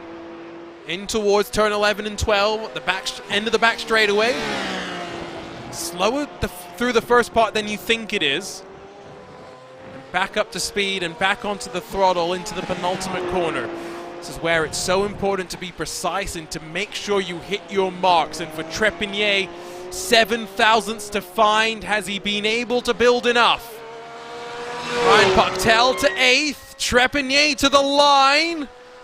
And we'll find a quarter of a second. Trepignet on top. And Diego's not even going to have any time to fight back on that. So Trepignet is basically solidified pole unless somebody else kind of out of the box can challenge him. Gonzalo Cortez says, nope, I'm going off here. His teammate Arnaud Genet did just jump Sean Campbell by 0.02 of a second, so he might have something, but let's see if he has anything on this second lap. He probably doesn't have pole speed, but he might have a couple more tenths in the tank. That's all you need to find. A couple more tenths in this field. If he finds a 10th, Ganes finds himself maybe in front of Cortez. Bergstrom provisionally your AM pole position winner. 7/10 off the pace of the overall pole and half a second quicker than Blake Ziti. Now, does Gnest have anything? Will he be able to build to the line? Martin Crisp is done in the SimCity Racing 954 Porsche 911. 312 crosses, and with a 21.292, there is no improvement for Arnaud Gnest. And I think just like that, qualifying is done once again. Alec Bergstrom finds himself in exactly the same position he found himself last week. He qualified on AM pole. He out-qualified a ton of pros. But he's got to make sure he doesn't do what he did last week and end up turning himself on a pro's nose on lap 1. So what lessons would you have learned watching on with that GT3 Fixed Series race, Joey, for those getting ready to battle in 60 seconds time? Well, don't clip the curbs in turn 1. Don't take too much speed into turn 2. Don't clip the grass entering turn 3. Don't clip the grass entering turn 7. Don't hop the chicane in turn 9. Don't clip the grass in turn 12. Don't clip the grass in turn 14. And don't clip the gravel everywhere else. That's pretty simple. So basically be perfect. Yes. Like me. And at the first time of asking at a track, that is the more difficult thing, I think, as well. Plenty of unknowns, and of course the season ends with unknowns as well. So seeing how they navigate this one, Joey, I think is quite indicative to how we should approach the final round of the season. It's the first real test of the season for these drivers, because we've run familiar tracks for the first 6 weeks of this season. I guess there's been some somewhat unfamiliar tracks with Snetterton and the like, but yeah, 2 new tracks, the ultimate challenge. And honestly, it just makes me look forward to whatever new road courses we get in the upcoming updates. I think we got Magny Core coming next time. It was promised. We've been waiting, that is for sure. But the wait to go racing is officially done and dusted. With 35 minutes of racing action already in the books on Tuesday night GT3s, we get ready to do it again for 40 minutes for the GT3 Sprint Series. Let's run you down through the starting grid here at Oschersleben. It is Vincent Trepanier in the 87 Unit Sim Sports Chrome that will lead us to the green for what is going to be the second time this season, alongside his main championship rival Diego Morales, with Sean Dickinson, the best of the BMWs, inside of Gonzalo Cortez, Martin Crisp and Arno Guinness to round out the top 6. Behind them, Sean Campbell in the fire-breathing McLaren will be hoping to fight his way forward. Ryan Pucktel will be on the outside of row 4, while Alex Bergstrom, the first of your AM machines, lines up 9th. Demas Jr. completes the top 10. Alex Caruso in the hardpoint by Delta Sport Academy 89, 11th. Sees J.R. Williams in the SRT Esports number 13. To his right-hand side, Caven Norris, Blake ZT 13th and 14th. The second of our AMs in the Audi, with Tommy Brissone, Joshua Lawrence, row 8, Vincent Sepulveda, 17th, and Miguel Fonseca, the AM points leader, lining up on the outside of row number 9. Darren Rutherford and Turner Schroll, the top 20, with Nathan Deering and Sean Carmody, 21st and 22nd. Familiar colours for Rob Campbell and the Lunatic Moonlight Speed Racing number 93, with Brian Vorse in the hardpoint by Delta Sport BMW lining up in 24th. Alan Roth and Marc-André Desjardins, 25th and 26th. Mackenzie Morse, Lowendick and Mitchell Ian Green, the top 30, with some pros out of position, with no lap times on the board. And while we had 40 plus cars going in the first race of the night, Joey, just 30 will get ready to do battle for the 40 minutes that we throw onto the clock. It's a little weird. It's kind of the opposite of last season. We always had more cars in the Sprint Series last season, but now the fields have whittled down just a little bit. Looks like Mitchell Ian Green isn't actually going to take to the grid, but I did get a message from Ted Lowendick, who will start 29th because he did not qualify.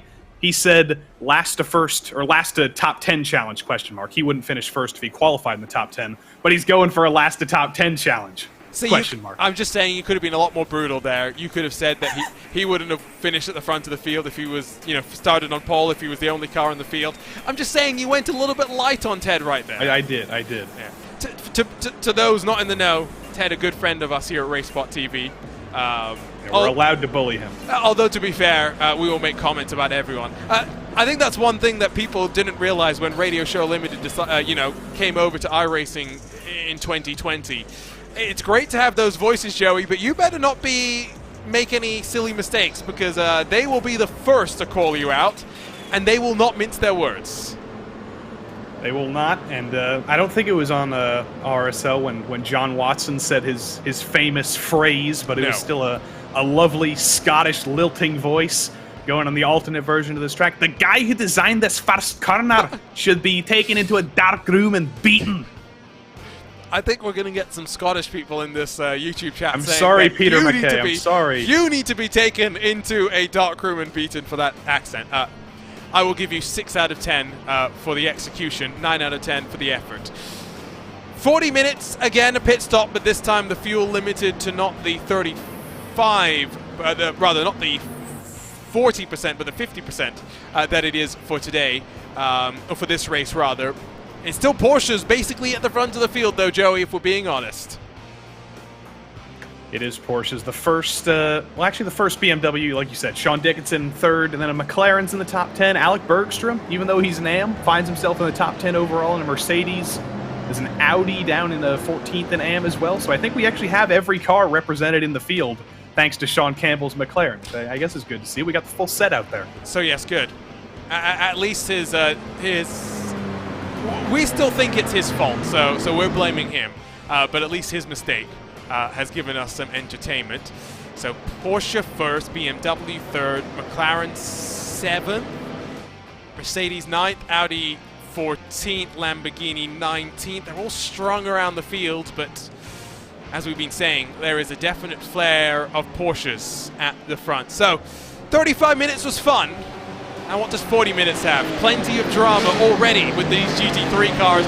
But now it's time for the GT3 Sprint Series to get itself underway at Oschersleben. It's Trepanier and Morales, 1 and 2 in points, 1 and 2 in qualifying. And Trepanier doesn't wait. He goes immediately. And Sean Dickinson to the inside of the run in towards turn number 1. The BMW fights with Morales for second. But the Porsche has the inside for the subsequent sequence of corners. Sean Campbell fights in the McLaren, but still Dickinson looks around the outside. Dickinson does get to second, and Joey, this is what Trepanier would have wanted to see in the rear view mirror. And it gets even better for him because Morales is side by side with Gonzalo Cortez now, coming into the highest speed section of the track. Cortez does get back in line, so they've solved that, but Vincent Trepanier's already pulled a full second over Dickinson. Very similar to what we saw at the start of race number 1 tonight. Just look at the field stringing through. Out of turn 7 and winding up into that far chicane. Sean Campbell into the top 5 now and not trying to be patient. That is for sure. Chaos, carnage, smoke. Bergstrom, I think, survives, although we do see Demas Jr. go around, so Bergstrom holds on to the AM class lead, but is under pressure. Kevin Norris and Tommy Brisson right behind. I didn't see what happened to Demas Jr. there, but I have to imagine that that was cold tires on lap 1 striking again, especially coming into that chicane complex, that McDonald's complex. Strange name for a corner, but he probably lost it directly on entry. And oh, did he get help from Alec Bergstrom? That is Alec Bergstrom going through the grass there. Yeah, now Bergstrom definitely involved, but how does this sequence play out? I think that's the thing that we are trying to Sherlock Holmes our way to. There's a huge checkup. Yeah, it's just bumper cars. It's just bumper cars. Demas Jr. gets an additional hit, which definitely will not have helped him out, but lap 1 incident is at least the cursory look at the incident, at least, which seemed to indicate 1 second gaps forming through the entirety of the top 4. To look back to Sean Campbell to find someone looking forward. He's +2 on this start, and I would not discount him out of the fight for the podium. You can never discount him out of anything. That's what we've learned over the past season and a half, or over season and a half that we've been watching him. He just forced Gonzalo Cortez into a little bit of a mistake there on the exit of turn 9. Gonzalo clips the grass, gets away with it though. That will be a 1X though. That will be an off track, but Sean Campbell's putting the pressure on. And we're getting the look on board with him. We say this every time, you don't need fancy equipment to go fast. Although, what's he doing with his mouth? Is he chewing gum? Is that a... I don't think that's chewing gum. That's a very weird way to chew gum. Well, I would hope that he's being thematic and it's something German. Maybe he's chewing on a very, very tough sausage. I forgot what I was in for on these Tuesday nights with my week off. Just look at the steering as well when it comes to the way that Sean Campbell drives this car. As little input as possible and as straight as possible. You're not going to see him trying to go hand over hand, for example, through a hairpin here. At most, he's going to basically 90 degrees lock, left hand down. He's just taking his hand off the wheel half the time, which is bizarre. But that just goes to show you that this is a driver who's very, very comfortable with the vehicle. This is a driver who's done a lot of practice in this car at this track, that on the exit of the corner, he knows, I've got this corner figured out. I don't have to do any more effort than I need to. I can take my hand off and take a break for a little while longer. Kevin Norris, though, he's doing the exact opposite. He is white-knuckling that thing this whole time, because he is under a lot of pressure here. He's got Bergstrom, who's got damage ahead of him, and he's got Brisson challenging him, and Alec Bergstrom opens the door for him. Easy. Easy as schnitzel. Doesn't sound as good as easy as pie, but I gave it a try. Kevin Norris now up into the top 10 overall, but again, score points within your class, so Bergstrom be more focused on Blake Ziti. I will tell you, that car is beaten up for Alex Bergstrom after the checkup. Bit of a smorgasbord of action further back amongst the AMs. Rob Campbell, Nathan Deering side by side. And I think the debutant Brian Vorse in the GT3 Sprint Series will see his teammate go around. The Mercedes gets clipped and Nathan Deering drops to the back.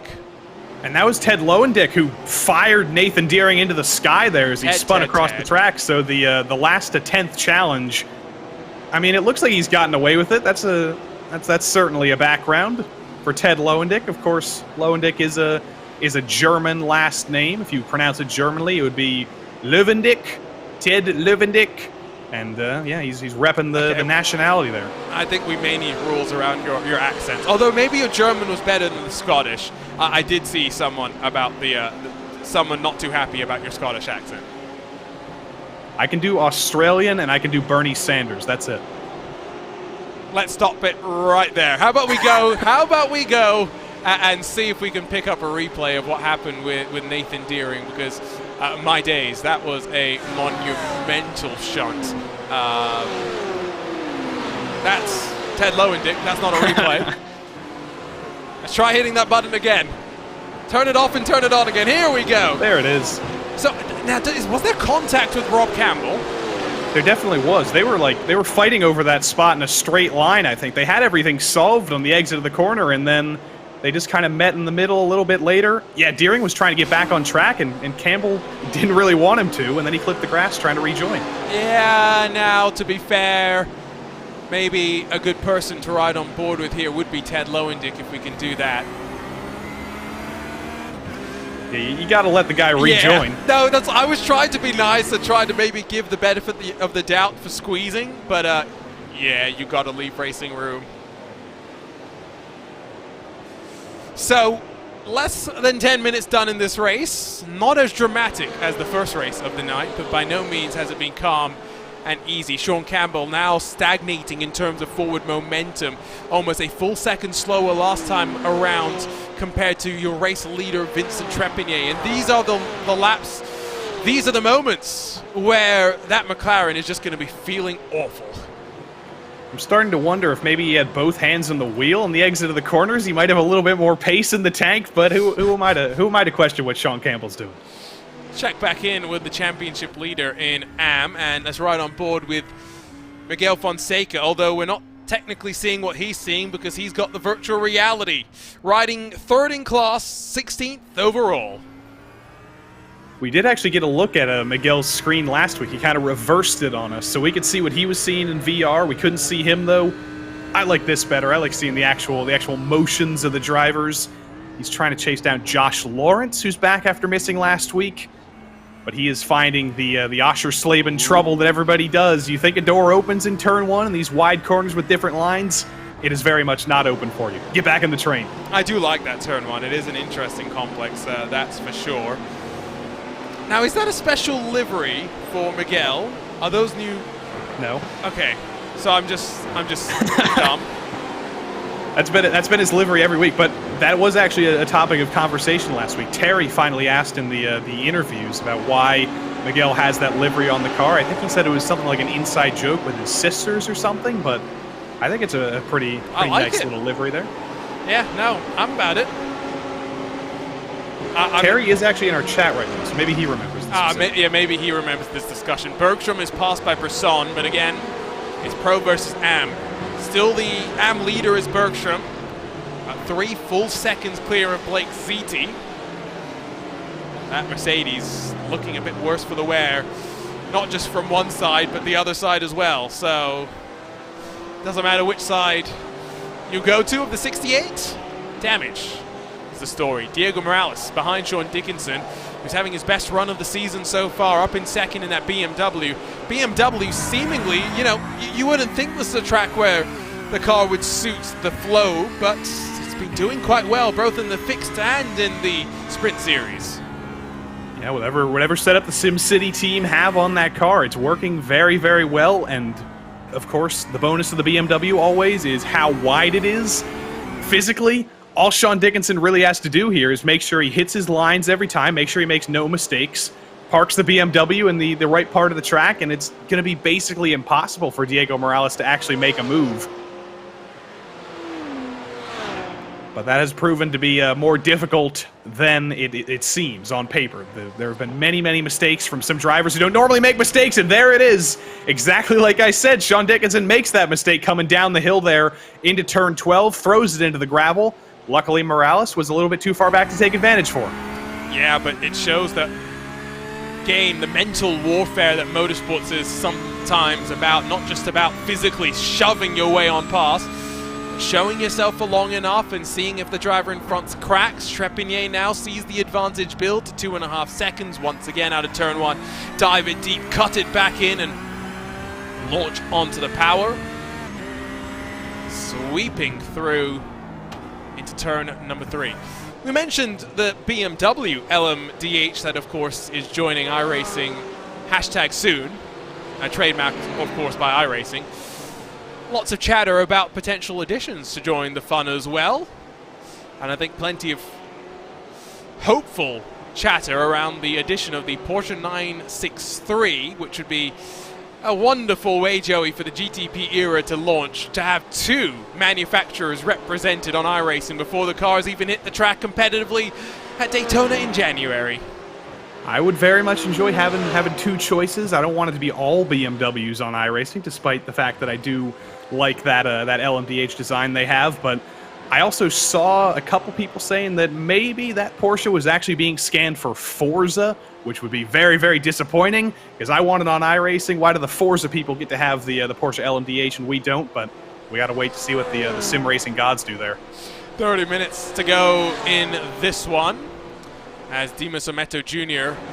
gets in front of Brian Vorse as his recovery drive continues. He's 14th in class, 20th overall.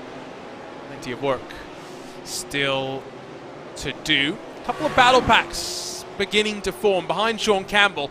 Not a phrase that you expect to hear. Behind Sean Campbell, Martin Chris and Arnaud Guinness starting to line themselves up. We jump on board with the SimCity Racing 954 Porsche 911 and in towards this very tricky sequence of fast left-handers where we've already seen one car just lose the balance of the rear end early. You can see Crisp maybe not rolling the momentum through as efficiently as Sean Campbell. And I think that's the thing that surprises me about Sean Campbell, even watching him in a car like this, Joey, is just how effective and efficient the movement seems to be. It is very, very effective, and you saw earlier that he was able to be effective with one hand on the wheel. But Martin Crisp was putting quite a challenge on him. He's still in contention with Sean Campbell. If Sean does decide to make one of his uncharacteristic mistakes, Martin will be right behind to take advantage. So I think Martin Crisp is doing a great job this week. In my pre-race research, I was reading about Oschersleben. I was reading about the town of Oschersleben specifically. There's a company called Agrarfrost in Oschersleben that processes 140,000 tons of potatoes each year. But I question that, because there's only one Crisp here. More puns from the voice of the PRL, Joey Tebben. On board with Sean Campbell once more. I'm just trying to see, you can see at the bottom left corner of his monitor, you can see the inputs that he has. Green, of course, being the throttle, the red little bar, the brake. But he's so... He never really uses more than 60% of the braking force, which I find quite interesting. And it's why I enjoy the little insights that we get from looks like this, because you can... iRacing doesn't give us the ability to see with the driver's feet like it does maybe some of the other platforms. Yeah, we don't always get to steal their inputs, but when we do, it's always interesting to study, and that is interesting to notice that he's not really going over 60% brake pressure. That's kind of understandable. I feel like in a GT3, you're not normally going all the way to 100%, especially at a place like this where there's no really, really heavy braking zones. But he is being very smooth, and that tells me that he's probably not pushing it 100,000%. He's just trying to keep the car alive to get to the pit cycle here. The chaos is definitely quietened out on track, although having said that, I think for Nathan Deering still having to deal with the position of being lap traffic. Forced to shortcut the far chicane, kills a couple of cones, and then with a slowdown penalty and through another fast corner with cars coming, says, you know what? Get on past me, we'll deal with you later. Ted Lowendick lost the first challenge, lost a pit lane challenge apparently. Well, if it was a last to pit lane challenge, he's failing miserably. Lost He was the the first to pit lane lane here. That's what I meant to say. And there he goes. None of that damage got fixed, though. You do finally see the actual effects of turning Nathan Deering into a baseball. But he's out there. He had normal pit stop about 8.8 seconds, and he's out of traffic now. He doesn't have to fight with anybody. This might work for him. See how it goes. Just look at this. It's a right-hand 90-degree corner out of pit lane. And then all the way until that blue cone, you've got to stay to the left side of the white line. It's how we saw Sully Saad get his penalty in the first part of the race. Not sure what's happened to Diogo Morales. He's lost about 3 full seconds to Sean Dickinson.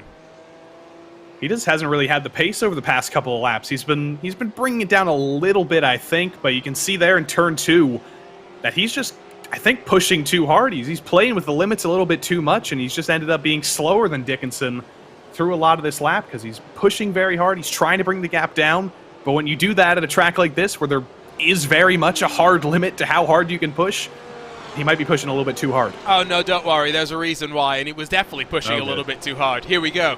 RaceSpotTV replay does not miss anything. Whoop, there it is. That's the same thing he did in qualifying. There, and I mean, it shows you how hard he's pushing, right? The fact that the car is that much on the edge that even through what looks like a sedate turn 2, car snaps around on him. So Morales now more concerned maybe with Cortez, the bright red Porsche that you see hunting him down as we near the halfway mark of this race. Remember, 3 rounds to go after this. It's going to be a fun little trip around the world. We cross the pond to head to Texas 7 days from today, head to the Circuit of the Americas, then continue, technically, I guess, heading out west. We head all the way out west that we go east, and we land up at Suzuka, and then back to Europe, back to a new track, Rutskogen, to finish out the season. J.R. Williams has also completed his pit stop. 29 cars took to the green, 28 still running. Only Nathan Deering, a retiree so far this race, Joey.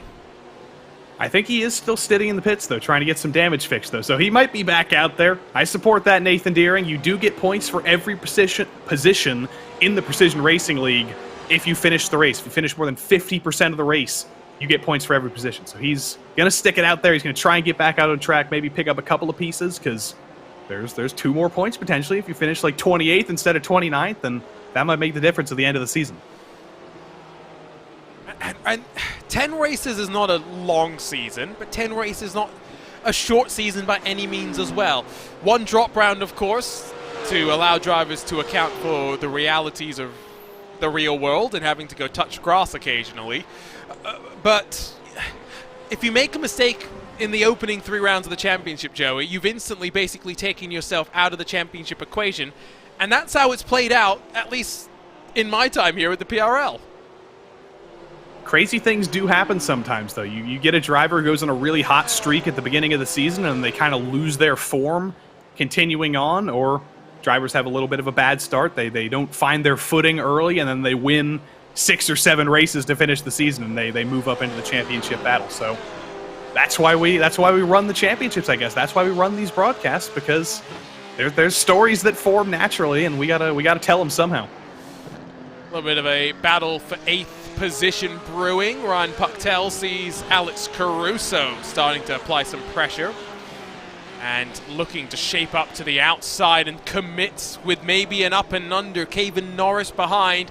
Tommy Bressone in the mix as well. Pucktel not getting off the corner that well, and through the fast left-handers, Caruso grabs 8th. Yeah, Pucktel opened the door very, very wide there for Caruso to come through in the fast corner there. I think he realized that going side by side through there probably would have been a little bit more dangerous than just falling back into 9th and sticking behind Caruso, hoping to force him into another mistake. Through turn 10 here, that's always a difficult place. After you've made a move, you lose that perspective of the car in front of you.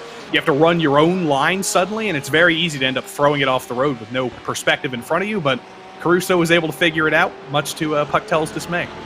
Get the feeling that maybe Norris will come into pit lane this lap. You saw him glance down during that back straightaway. I thought maybe setting up a pit stop. Does not seem to be the case in that 774 as Pucktel hangs the left sides into the gravel, will check his momentum up on the run into the opening corner. Caruso starting to break away and build a little bit of an advantage. Checking back in with the AM class. It's the battle for 5th on back. It sees Turner Schroll and Rob Campbell in front of Dimas Jr., a pro car, trying to fight his way forward. And they're probably they would be inclined to not fight with Dimas Jr. too hard. He's probably frustrated after that huge checkup on lap 1. He's an aggressive driver who is going to get past you if he finds the opportunity to. But also Turner Schroll and Rob Campbell have to think about the fact that they're fighting with each other. So even if Rob decides to pull over and let Dimas by, Turner Schroll's not going to do the same thing, and he's just going to lose touch with him. So that's the difficult thing about these Pro-Am splits. You're running 2 races in one. A little bit of damage on a car for Dimas Jr. as well that he is trying to nurse. Half race officially done. So less than 20 minutes to go. A handful of pit stops. J.R. Williams, Ted Lowendick, the 2 that have elected to make their pit stops so far. Now, is that Rob Campbell trying to let Dimas Jr. through? No, it's him trying to just give him the message. You're not really fighting for as much as I am right now. Let me hold position for the time being. And into the final corner, they will go. Really, it has settled down once more. We said it was going to be difficult to pass, and it is leading to these trains that have formed behind drivers. Well, Oschersleben is the most important railway station on the Magdeburg-Halberstadt-Thale line, so it's kind of understandable that we're going a little bit train mode here. But in all seriousness, that's something that you do expect when you come to a track like this. You expect all the mistakes we've been seeing, but you also do expect with drivers who are somewhat of a higher skill level in this series, in the pro class, they're going to make fewer mistakes, and that will lead to a little bit more of a train like this. It's choo-choo train in German. I believe it's Das Choo-Choo Train. Das Choo-Choo Train. To be fair, that does sound a lot better than choo-choo train in English. There are just some words that just work like that. They're better in other languages. We still are watching this battle for 8th. Caruso unable to break away just yet, and definitely no inroads made to the massive gulf in front to Arnaud Guinness. Bit of gravel kicked up there by Kevin Norris, who has Tommy Brisson now shaping him up for a little bit of a look. If you're in a train like this, though, we talk about it being hard to pass and being in trains, Joey. Surely there is a wisdom and a benefit to thinking about the pit stop earlier rather than later. There is, but the game these drivers have to play, especially the ones running in this specific train here, about 20 seconds off the lead, if they make their stop, they're ending up in traffic a little bit further back. So you might get out of this train for position. You're actually going to end up fighting slower cars in a different train. So that's why a lot of drivers have elected not to come in early. But for Ted Lowendick, for Rob Campbell, for a few of the drivers at the back of the field, they can pit early because they're not going to run into any drivers further back there because there is no traffic behind the back of the field. They basically have clean track to run their own race. And so if you're at the back of the field, you might as well go for it early. And I just saw Rob Campbell come in, so he did it early. So Rob Campbell has indeed decided to come down and pit, so he becomes a 3rd. One by one, they are starting to decide. Again, I will remind you, if you're watching on VCO Esports, or if you're watching on RaceSpotTV, tomorrow the Esports Racing League finishes up the road to the Esports Racing World Cup. We're here on iRacing. You can head to the VCO Esports social media to vote between Hockenheim and the Red Bull Ring with one-on-one racing. 3 drivers from each team will battle. It's going to be a lot of fun, all on the VCO Esports Twitch at 7 p.m. European time, whatever that is on this side of the pond, and plenty of exciting announcements that we will get to talk about tomorrow. Definitely cannot talk about here today.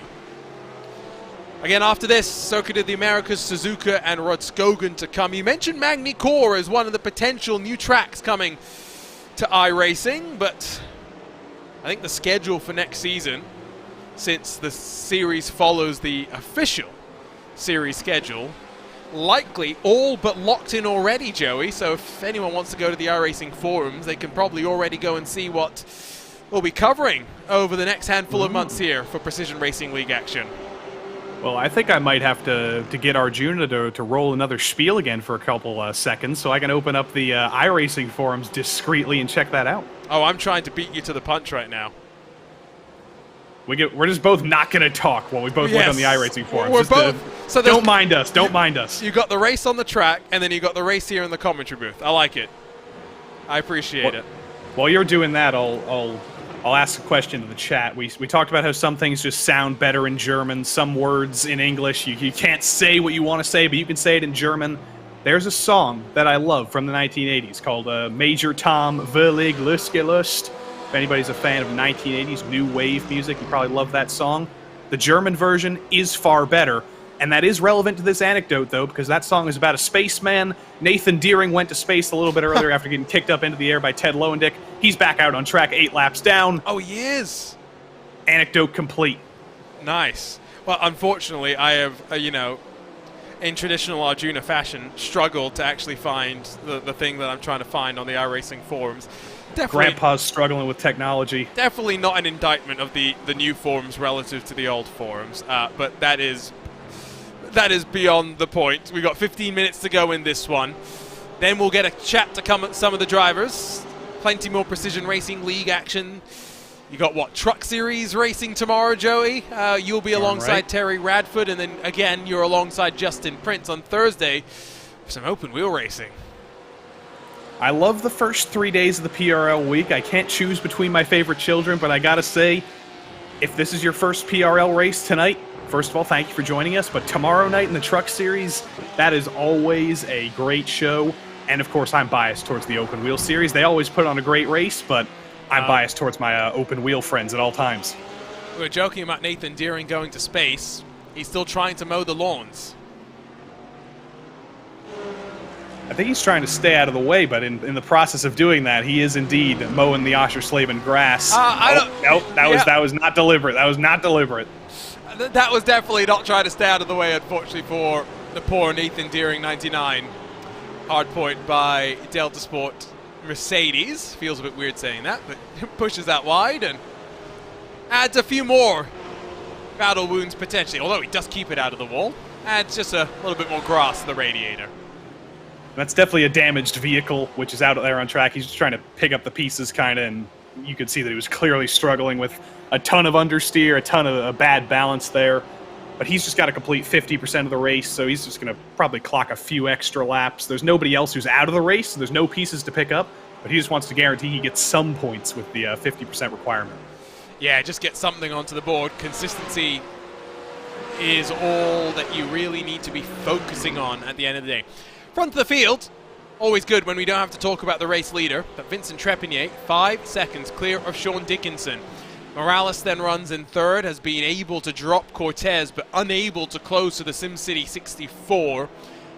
Sean Campbell then runs in fifth in his fire-breathing McLaren after breaking away from Martin Crisps and Arnaud Guinness, who still find themselves trying to fight over sixth. But we watch that fight for now, ninth on back, because Caruso has been able to drop Brian Puctel. Caruso streaked away quite a bit, and I was able to find the schedule, I think. Nice. No, I wasn't. I found a poll that was... oh, yes, I did. I found a poll that was asking whether or not they should ditch Chicago, the street circuit, from the schedule. The answer being yes. No, of course not. We got to go to Chicago. That would be great. Joey, no. Bad Joey. Oh, this is great. I found the schedule. I opened up the spreadsheet. Week 1, guess where we're going? Blank cell. Week 2, we're going to blank cell. Week 3, we're going to blank cell. I got tricked. I think this means that I get to pick the schedule, so... Oh, good. 10 weeks of the Nordschleife, here we come! GT3 at Martinsville, that's what I want. Ooh. How about this? Nordschleife, Martinsville, back and forth. Yes, I'm here for that. And we'll make drivers pick a different GT3 car every single time. Put them on a wheel, randomize it, so you don't know what you got until the race begins. Even better, I love it. I love it. Put me in charge of iRacing, I'll do that, and I'll also finish up New Jersey Motorsports Park. That won't be a tech track anymore. I mean, is it anyone's loss that it really is still in that state? Yes. Are you really going to make this argument? I love the people of New Jersey. I love the state of New Jersey. They deserve some good representation. They always get a bad rap, but nobody makes a better East Coast racetrack than the people of New Jersey. None of that was anything to do about why that track in particular should be on iRacing. I just want to point that out. That's close to me. 10.5 minutes to go in this one. Still Trepanier 5.5 seconds clear at the front of the field. Still no pit stops, which I'm quite shocked by. We've gone a full 30 minutes so far. Surely pit stops are imminent. In fact, having said that, right on cue, would you guess it? Your race leader dives to the lane. Never miss anything, and here we are. Trepanier's in.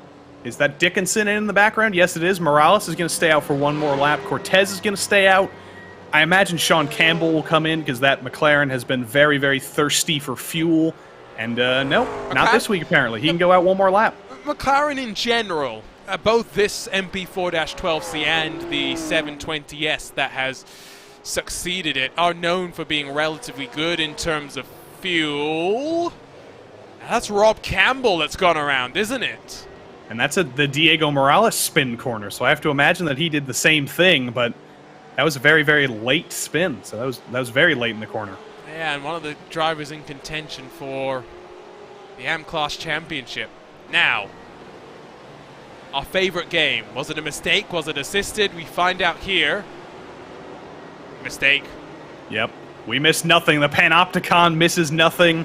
And Rob Campbell did exactly what Diego Morales said. Did, like I said, the middle of the corner, a little bit too much speed. There is a teensy bit of elevation change, a teensy bit of banking, and that's what loops that Porsche around. Spun him right round, that's for sure. So, bit of a split call. Trepanier, Dickinson, Crisp amongst the handful that pitted the last time by. Guinness, Norris, Brisson, Bergstrom, Sepulveda, and many more having also pitted. And now we get set for the likes of Diego Morales, Gonzalo Cortez, Sean Campbell, Caruso, Pactel, Fonseca, Brian Vorts, then Sean Carmody and Alan Ross to all make their way down into pit lane. I don't think anyone will extend beyond this one. Yeah, it's probably going to be impossible. If Sean Campbell is coming in, that probably tells you that we've reached the hard limit of the fuel tank. You can't extend it any further than this. I'm interested to see the blend, though, between Morales and Cortez, or Morales and Dickinson, rather, because he's had a little bit of a cleaner run. Here we come. So out off the limiter, but remember, it's a 90-degree right-hander. Up to speed already for Dickinson. They will be alongside, but the BMW with tires up to temperature will commit and get second back. But now they're wheel to wheel, and it's a drag race, a battle to the very end of this race. Diego's had trouble at this corner before. He tried to go around the outside. It didn't work for him, but Dickinson's under pressure. Got a little bit offline in the exit. Diego's got to keep him under pressure here, though, because this is the closest he's been in a very, very long time. This is his one chance to actually get by Dickinson. Dickinson was like 2 seconds slower in the pit lane than Morales was. He's kind of been gifted another chance here, and he's got to keep the pressure on. Kevin Norris has jumped onto the back of Alex Caruso through the cycle of pit stops as well, so Norris taking advantage. Morales has got the tires surely into a window where he wants them, maybe not exactly where they need to be, but down the back straightaway, braking after the 150 into turn 11, then hugging the right-hand side and jinking left into 12 before slight kink of the penultimate corner, and then the sharp, heavy braking zone, and then turn in of the final corner. Morales will be hungry, but it'll be all about setting up and putting the pressure on. These two, 8+ seconds adrift from your race leader, well and truly clear at the front of the field. Sean Campbell, by virtue of a long stop for Gonzalo Cortez, is up into 4th, and I don't think this battle is done by any means. It definitely is not, and I've got bad news for fans of Alec Bergstrom. You might notice that he's not in the lead of the AM class anymore. I don't know what happened to him, honestly, but he was in the pit lane for 51 seconds, so I have to imagine that he's gotten damage or he's gotten a penalty of some sort, and he has lost another lead. Don't forget how much damage he had after the checkup early in the race anyway, so it's not a surprise to see him in that position. It's given the lead of the race in that category to Blake Ziti in that machine. He's in front of Miguel Fonseca. Turner Schroll completing the podium for the time being, although that's a fight with Darren Rutherford, this 3rd and 4th position in the AM category. I wouldn't think that the damage on Bergstrom's car would be required repairs though. So that's very, very strange. I wish I could ask him after the race. I don't think we'll have time to talk to him, but another race lost for Alec Bergstrom that he was dominantly leading. Let's see what happened to Sean Carmody though, who did pull off a miracle and go 1 extra lap on fuel. He couldn't quite figure out the pit exit. Yeah, just missed his braking spot. Simple as that. Happens to the best of us at times, especially Carmody of errors. That is not the first time you've pulled that one up before, so I don't know if I'm allowed to let you have it again. And I get the feeling, since we've spooled up to the same camera on a car, we're going to see something similar here for Alan Roth. He actually slows it down in time, but basically does park it. This has not been a good season of easy pit lanes. We've had Motegi in round 2. That was an awful pit entry. Road Atlanta's kind of a struggle sometimes. Laguna Seca is a struggle. Snetterton was a struggle. And now we go to Oschersleben too. So this is a season that's rewarding you if you've done a lot of pit practice. Looking rearwards from Dickinson with less than 5 minutes to go. At this point, surely if he can mentally withstand the pressure, it's going to take a lunge, a send from Morales, with time very much on Dickinson's side. Battle for 8th position, excuse me. Kevin Norris has gotten in front of Alex Caruso. Joining his teammates a little bit further up in the order, but Hardpoint by Delta Sport and Unit Sim Sports, probably the 2 teams that have the most representation in our chat with all their drivers cheering our drivers on. I saw William Brennan in the chat for Hardpoint by Delta Sport Academy. I saw Alex Fournier in the chat for Unit Sim Sports, both of them cheering on their drivers here. But Caruso, just like the drivers in front of him, is going to have a tough time getting by Kevin Norris unless he makes a mistake. And he hasn't done that all night. Bergstrom back to pit lane, by the way. Not sure exactly what's happened to him. So I think we've got 3 to go. Here's Campbell and Cortez. Cortez stopped for 13 plus seconds. Not sure exactly why he needed such a lengthy stop, but it's allowed Campbell to jump in front of him for 4th, and it's very much keeping Campbell's championship hopes alive, albeit for the time being. It's going to take some more luck and some more results for Sean Campbell to still be in title contention. Dickinson Morales into the fast chicane and on towards the back straightaway. Find themselves about 10 seconds adrift from your race leader. So Vincent Trepanier winds into the final couple of corners and will indeed make it 2+ laps to go. We may even get a 3rd lap on the board after this. I hope drivers have been taking that into consideration with their fuel calculations. I hope we don't see anybody who's just 1 lap short of the fuel. Through the final corner, Morales is getting a great exit here. He had a great exit out of turn 10 into the back straight. He does it again here. He's within 2/10. I don't know if this straight is long enough for him to be able to pull alongside, but he is putting the ultimate pressure on Dickinson here. He's going to peek to the inside to let Sean know he's there. He's not going to be able to go for the move, though. I think half the issue is just the faster corner makes it harder to throw a lunge, whereas if it was the slower corner, more time on the brakes, maybe Morales would be given the opportunity to make the move stick. Mitchell Ian Green jumps into the YouTube chat to say, well, he couldn't join, he was going to, and then there was a certain thing called the World Series going on, and he wanted to watch his beloved Phillies beat the bleep out of the Astros, and I very much appreciate the sentiment. No spoilers, because I've had the game on in the corner of my eye, and I don't want to get in trouble, but a routing is an understatement, and I think the baseball universe outside of Houston is delighted to see it that way. Hopefully we see Mitchell back on the track next time out. Gonzalo Cortez has made a mistake trying to push onto Sean Campbell, and now here comes Guinness to try and take advantage. Arnaud's placed on the outside, though, so he's not going to be able to pick up 1 more spot, but Gonzalo is rattled right now. He's going to have some hotter tires with that spin. And he's going to have Arnaud Genet trying to pick up 1 more spot behind him. So he's got 1 more lap to keep the tires under him, but that's going to be tough after you made a big mistake like that. Let's see what happened to him. He was already getting a lot of oversteer in the entry to the corner, and he couldn't save it. Looped around again. Just ran out of time to save it, I think, in some ways as well. So I'm trying for all he was worth. So Trepanier is already out of turn 3. I think we do indeed have 2 more laps to play.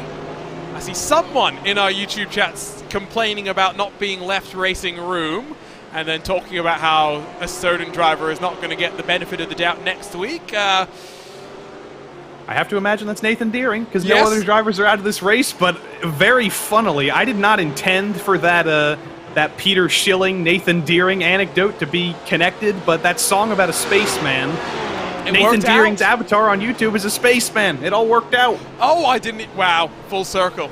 Yeah. Sometimes it was just meant to be. So, Trepanier through the penalty. To be fair, Trepanier could park it right now and take the checkered flag if he wanted to. I just don't know what's going to happen. He'll come to the line with the seconds winding down. Trepanier will extend the race by one further lap. I actually don't think he could do that, because by my iRacing knowledge, I think it goes by the predicted lap time. So if he accidentally ran like a 140 on the last lap, I think it would still give him the white flag, but I don't know. We've never actually seen someone do that, and I'm very curious what would actually happen if he tried.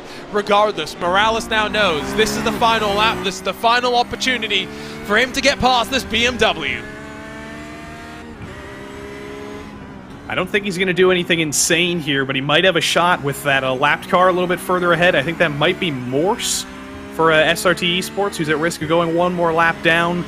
If he's a little bit slower, that might help him. I think that's Alec Bergstrom going off the road in the background as well. Yeah, unfortunately, we grab a look at the replay for him. Not the easiest situation. Morales has lost touch. I think that's done and dusted. I don't think with 9/10 of a second to close, he'll have enough time. Here comes the leader, though. We've probably talked about him 4 times in 40 minutes. Sometimes you want that sort of a race. You want to dominate, you want to be out of sight and out of mind. That's what Vincent Trepanier was here at Oschersleben. It will be his 3rd win in 7 races in this 2022 Season 4 of the Precision Racing League GT3 Sprint Series, and Vincent Trepanier continues what is a dominant run in the midpoint of the championship, one step closer to the title. That's his 12th GT3 win. He's got a full dozen of them now. Sean Dickinson, very, very good race for him. Definitely his best result of the season. Diego Morales, still 3rd. He's within touching distance of Trepanier. It could be far worse. And Sean Campbell as well, who's losing more ground in the championship. Cortez wins that battle over Genet at the line as well. Plenty of drama all the way through. Although this race, less chaotic than what we had with the GT3 Fixed series. Although I think that's probably what we would have wanted to see, Joey. Yeah, a little bit less chaos, a little bit less times we had to break out the Panopticon of the replays, or the Panopticon Capati, I should say. And also, Blake Ziti has just won an AM over Miguel Angel Fonseca. That was very, very close coming to the line, but Blake Ziti wins again. I did not even realize how close that was going to be, but it is Blake Ziti that will hold on in the AM class to the victory there. Fonseca, though, the points leader, doing what he would have wanted to do, throwing those points onto the board. We're waiting for those final cars to streak across the line. Can see this run through turn 1, the 2 different white lines that are painted, and the 2 different layouts that you can basically take at this track. And maybe the faster turn 1 meant less passing opportunities into the opening corner. It maybe meant less drama at the starts. That was appreciated, and we survived. It's Vincent Trepanier, though, that wins once more in his Porsche 911 GT3R in front of Sean Dickinson. Best result of the season in that SimCity Racing BMW. In front of Diego Morales, who could just not break down the door in the closing stages of the race. Sean Campbell, Martin Crisp, the top 5 with Gonzalo Cortez and Arnaud Genet in 7th spot. Kevin Norris, Alex Caruso, and Ryan Pucktel complete the top 10. Behind them, we'll find Vincent Sepulveda in front of the drag race for the AM class lead. Blake Ziti in front of Miguel Fonseca with Josh Lawrence and Demas Jr. 14th and 15th spots. Turner Scroll grabs a podium in AM in front of Darren Rutherford, Brian Vorse on debut, Tommy Bressone, and Sean Carmody, the top 20. And we'll scroll through the rest of the names. 24 on the leading lap, 3 a lap down. Bergstrom, handful of issues after leading the AM class for the first half of the race, and then Nathan Deering, the one and only retiree here today. Well, as always, a look top to bottom at our race results, and now we get the chance to dive into some post-race coverage and some post-race interviews. Not much time, and many drivers that would love to come and chat with us. I will quickly let Joey Tebben chat, though, with your race winner in the pro category, Vincent Trepanier, for the third time this season in Victory Lane. Indeed we will. I did just get a message from Arnaud Genet saying to drag him in here as well, so you'll probably only see Vincent Trepanier's car on the track, but Arnaud is here as well. Vincent, another win on the season. You seemed absolutely dominant out there tonight. Yep, I'm very, very happy with my pace tonight. So, yep, the setup for the car is on the point. So, really happy. Yep. So 3 weeks to go. You're in pretty dominant control of the championship. You think you can hang on to it in the last 3 weeks?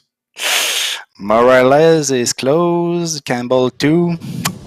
It's possible. It will be possible, yep. It is, but Arnaud, you think your teammate's going to win the championship, put you on the spot? Yeah, he's pretty humble, to be honest. Vincent is very consistent throughout the years. You've seen his ascension, I would say. So, yeah, I think he's in pretty good shape to win this one. All right, congrats on your win again, Vincent. Congrats on your P7, Arnaud, and we got to get to our AM winner. All right, see you guys. See you guys later. Congrats again. Blake Ziti, you had to hold off Miguel Angel Fonseca coming to the line there, but you've got your second win of the season.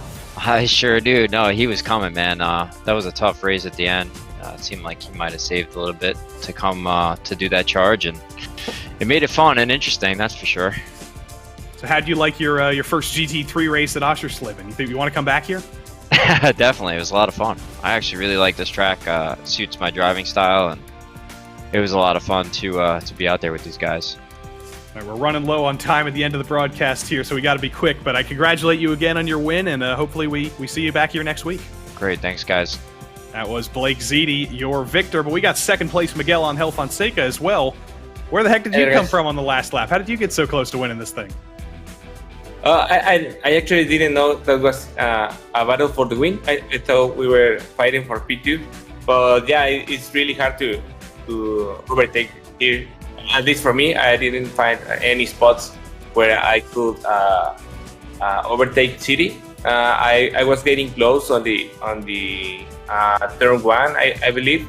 But yeah, that was all. After that, there wasn't any spots where I could overtake him. All right, we gotta run out of here quick. But congrats on P2 tonight. Good luck in the rest of the championship, and I'm sure we'll see you next week as well. Thanks, guys. Miguel Angel Fonseca, P2 tonight. Sean Dickinson was P2 as well. I'm sure we'll get to talk to him next week, Arjuna, but you got places to be, apparently. Yeah, and I mean, what first trip to Oschersleben, we expected chaos. We got it with the Fixed series, and then it got a little bit calmer after that. I'm not sure what to expect next time we go racing, though, Joey, because I think this is a track that frustrates as much as it does delight some, because Circuit of the Americas is known for the difficulties in finding apexes that some will have to find. Yeah, hopefully you've got a couple of monitors or you're in VR, because you're going to be searching for those apexes.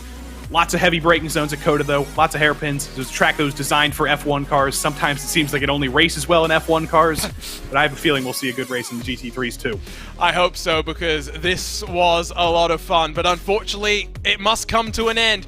One of two new tracks to add to the party for this season, and Oschersleben has set a high bar for Rudskogen at the very end when we will crown a champion to close things off. For everyone at RaceSpotTV, thank you for joining us for some more Tuesday night doubleheader of GT3 racing. We'll be back 7 days from today from the Lone Star State. For Joey Tebben alongside myself, Arjuna Kankipati, thank you for joining us. We'll be back next time for more GT3 action.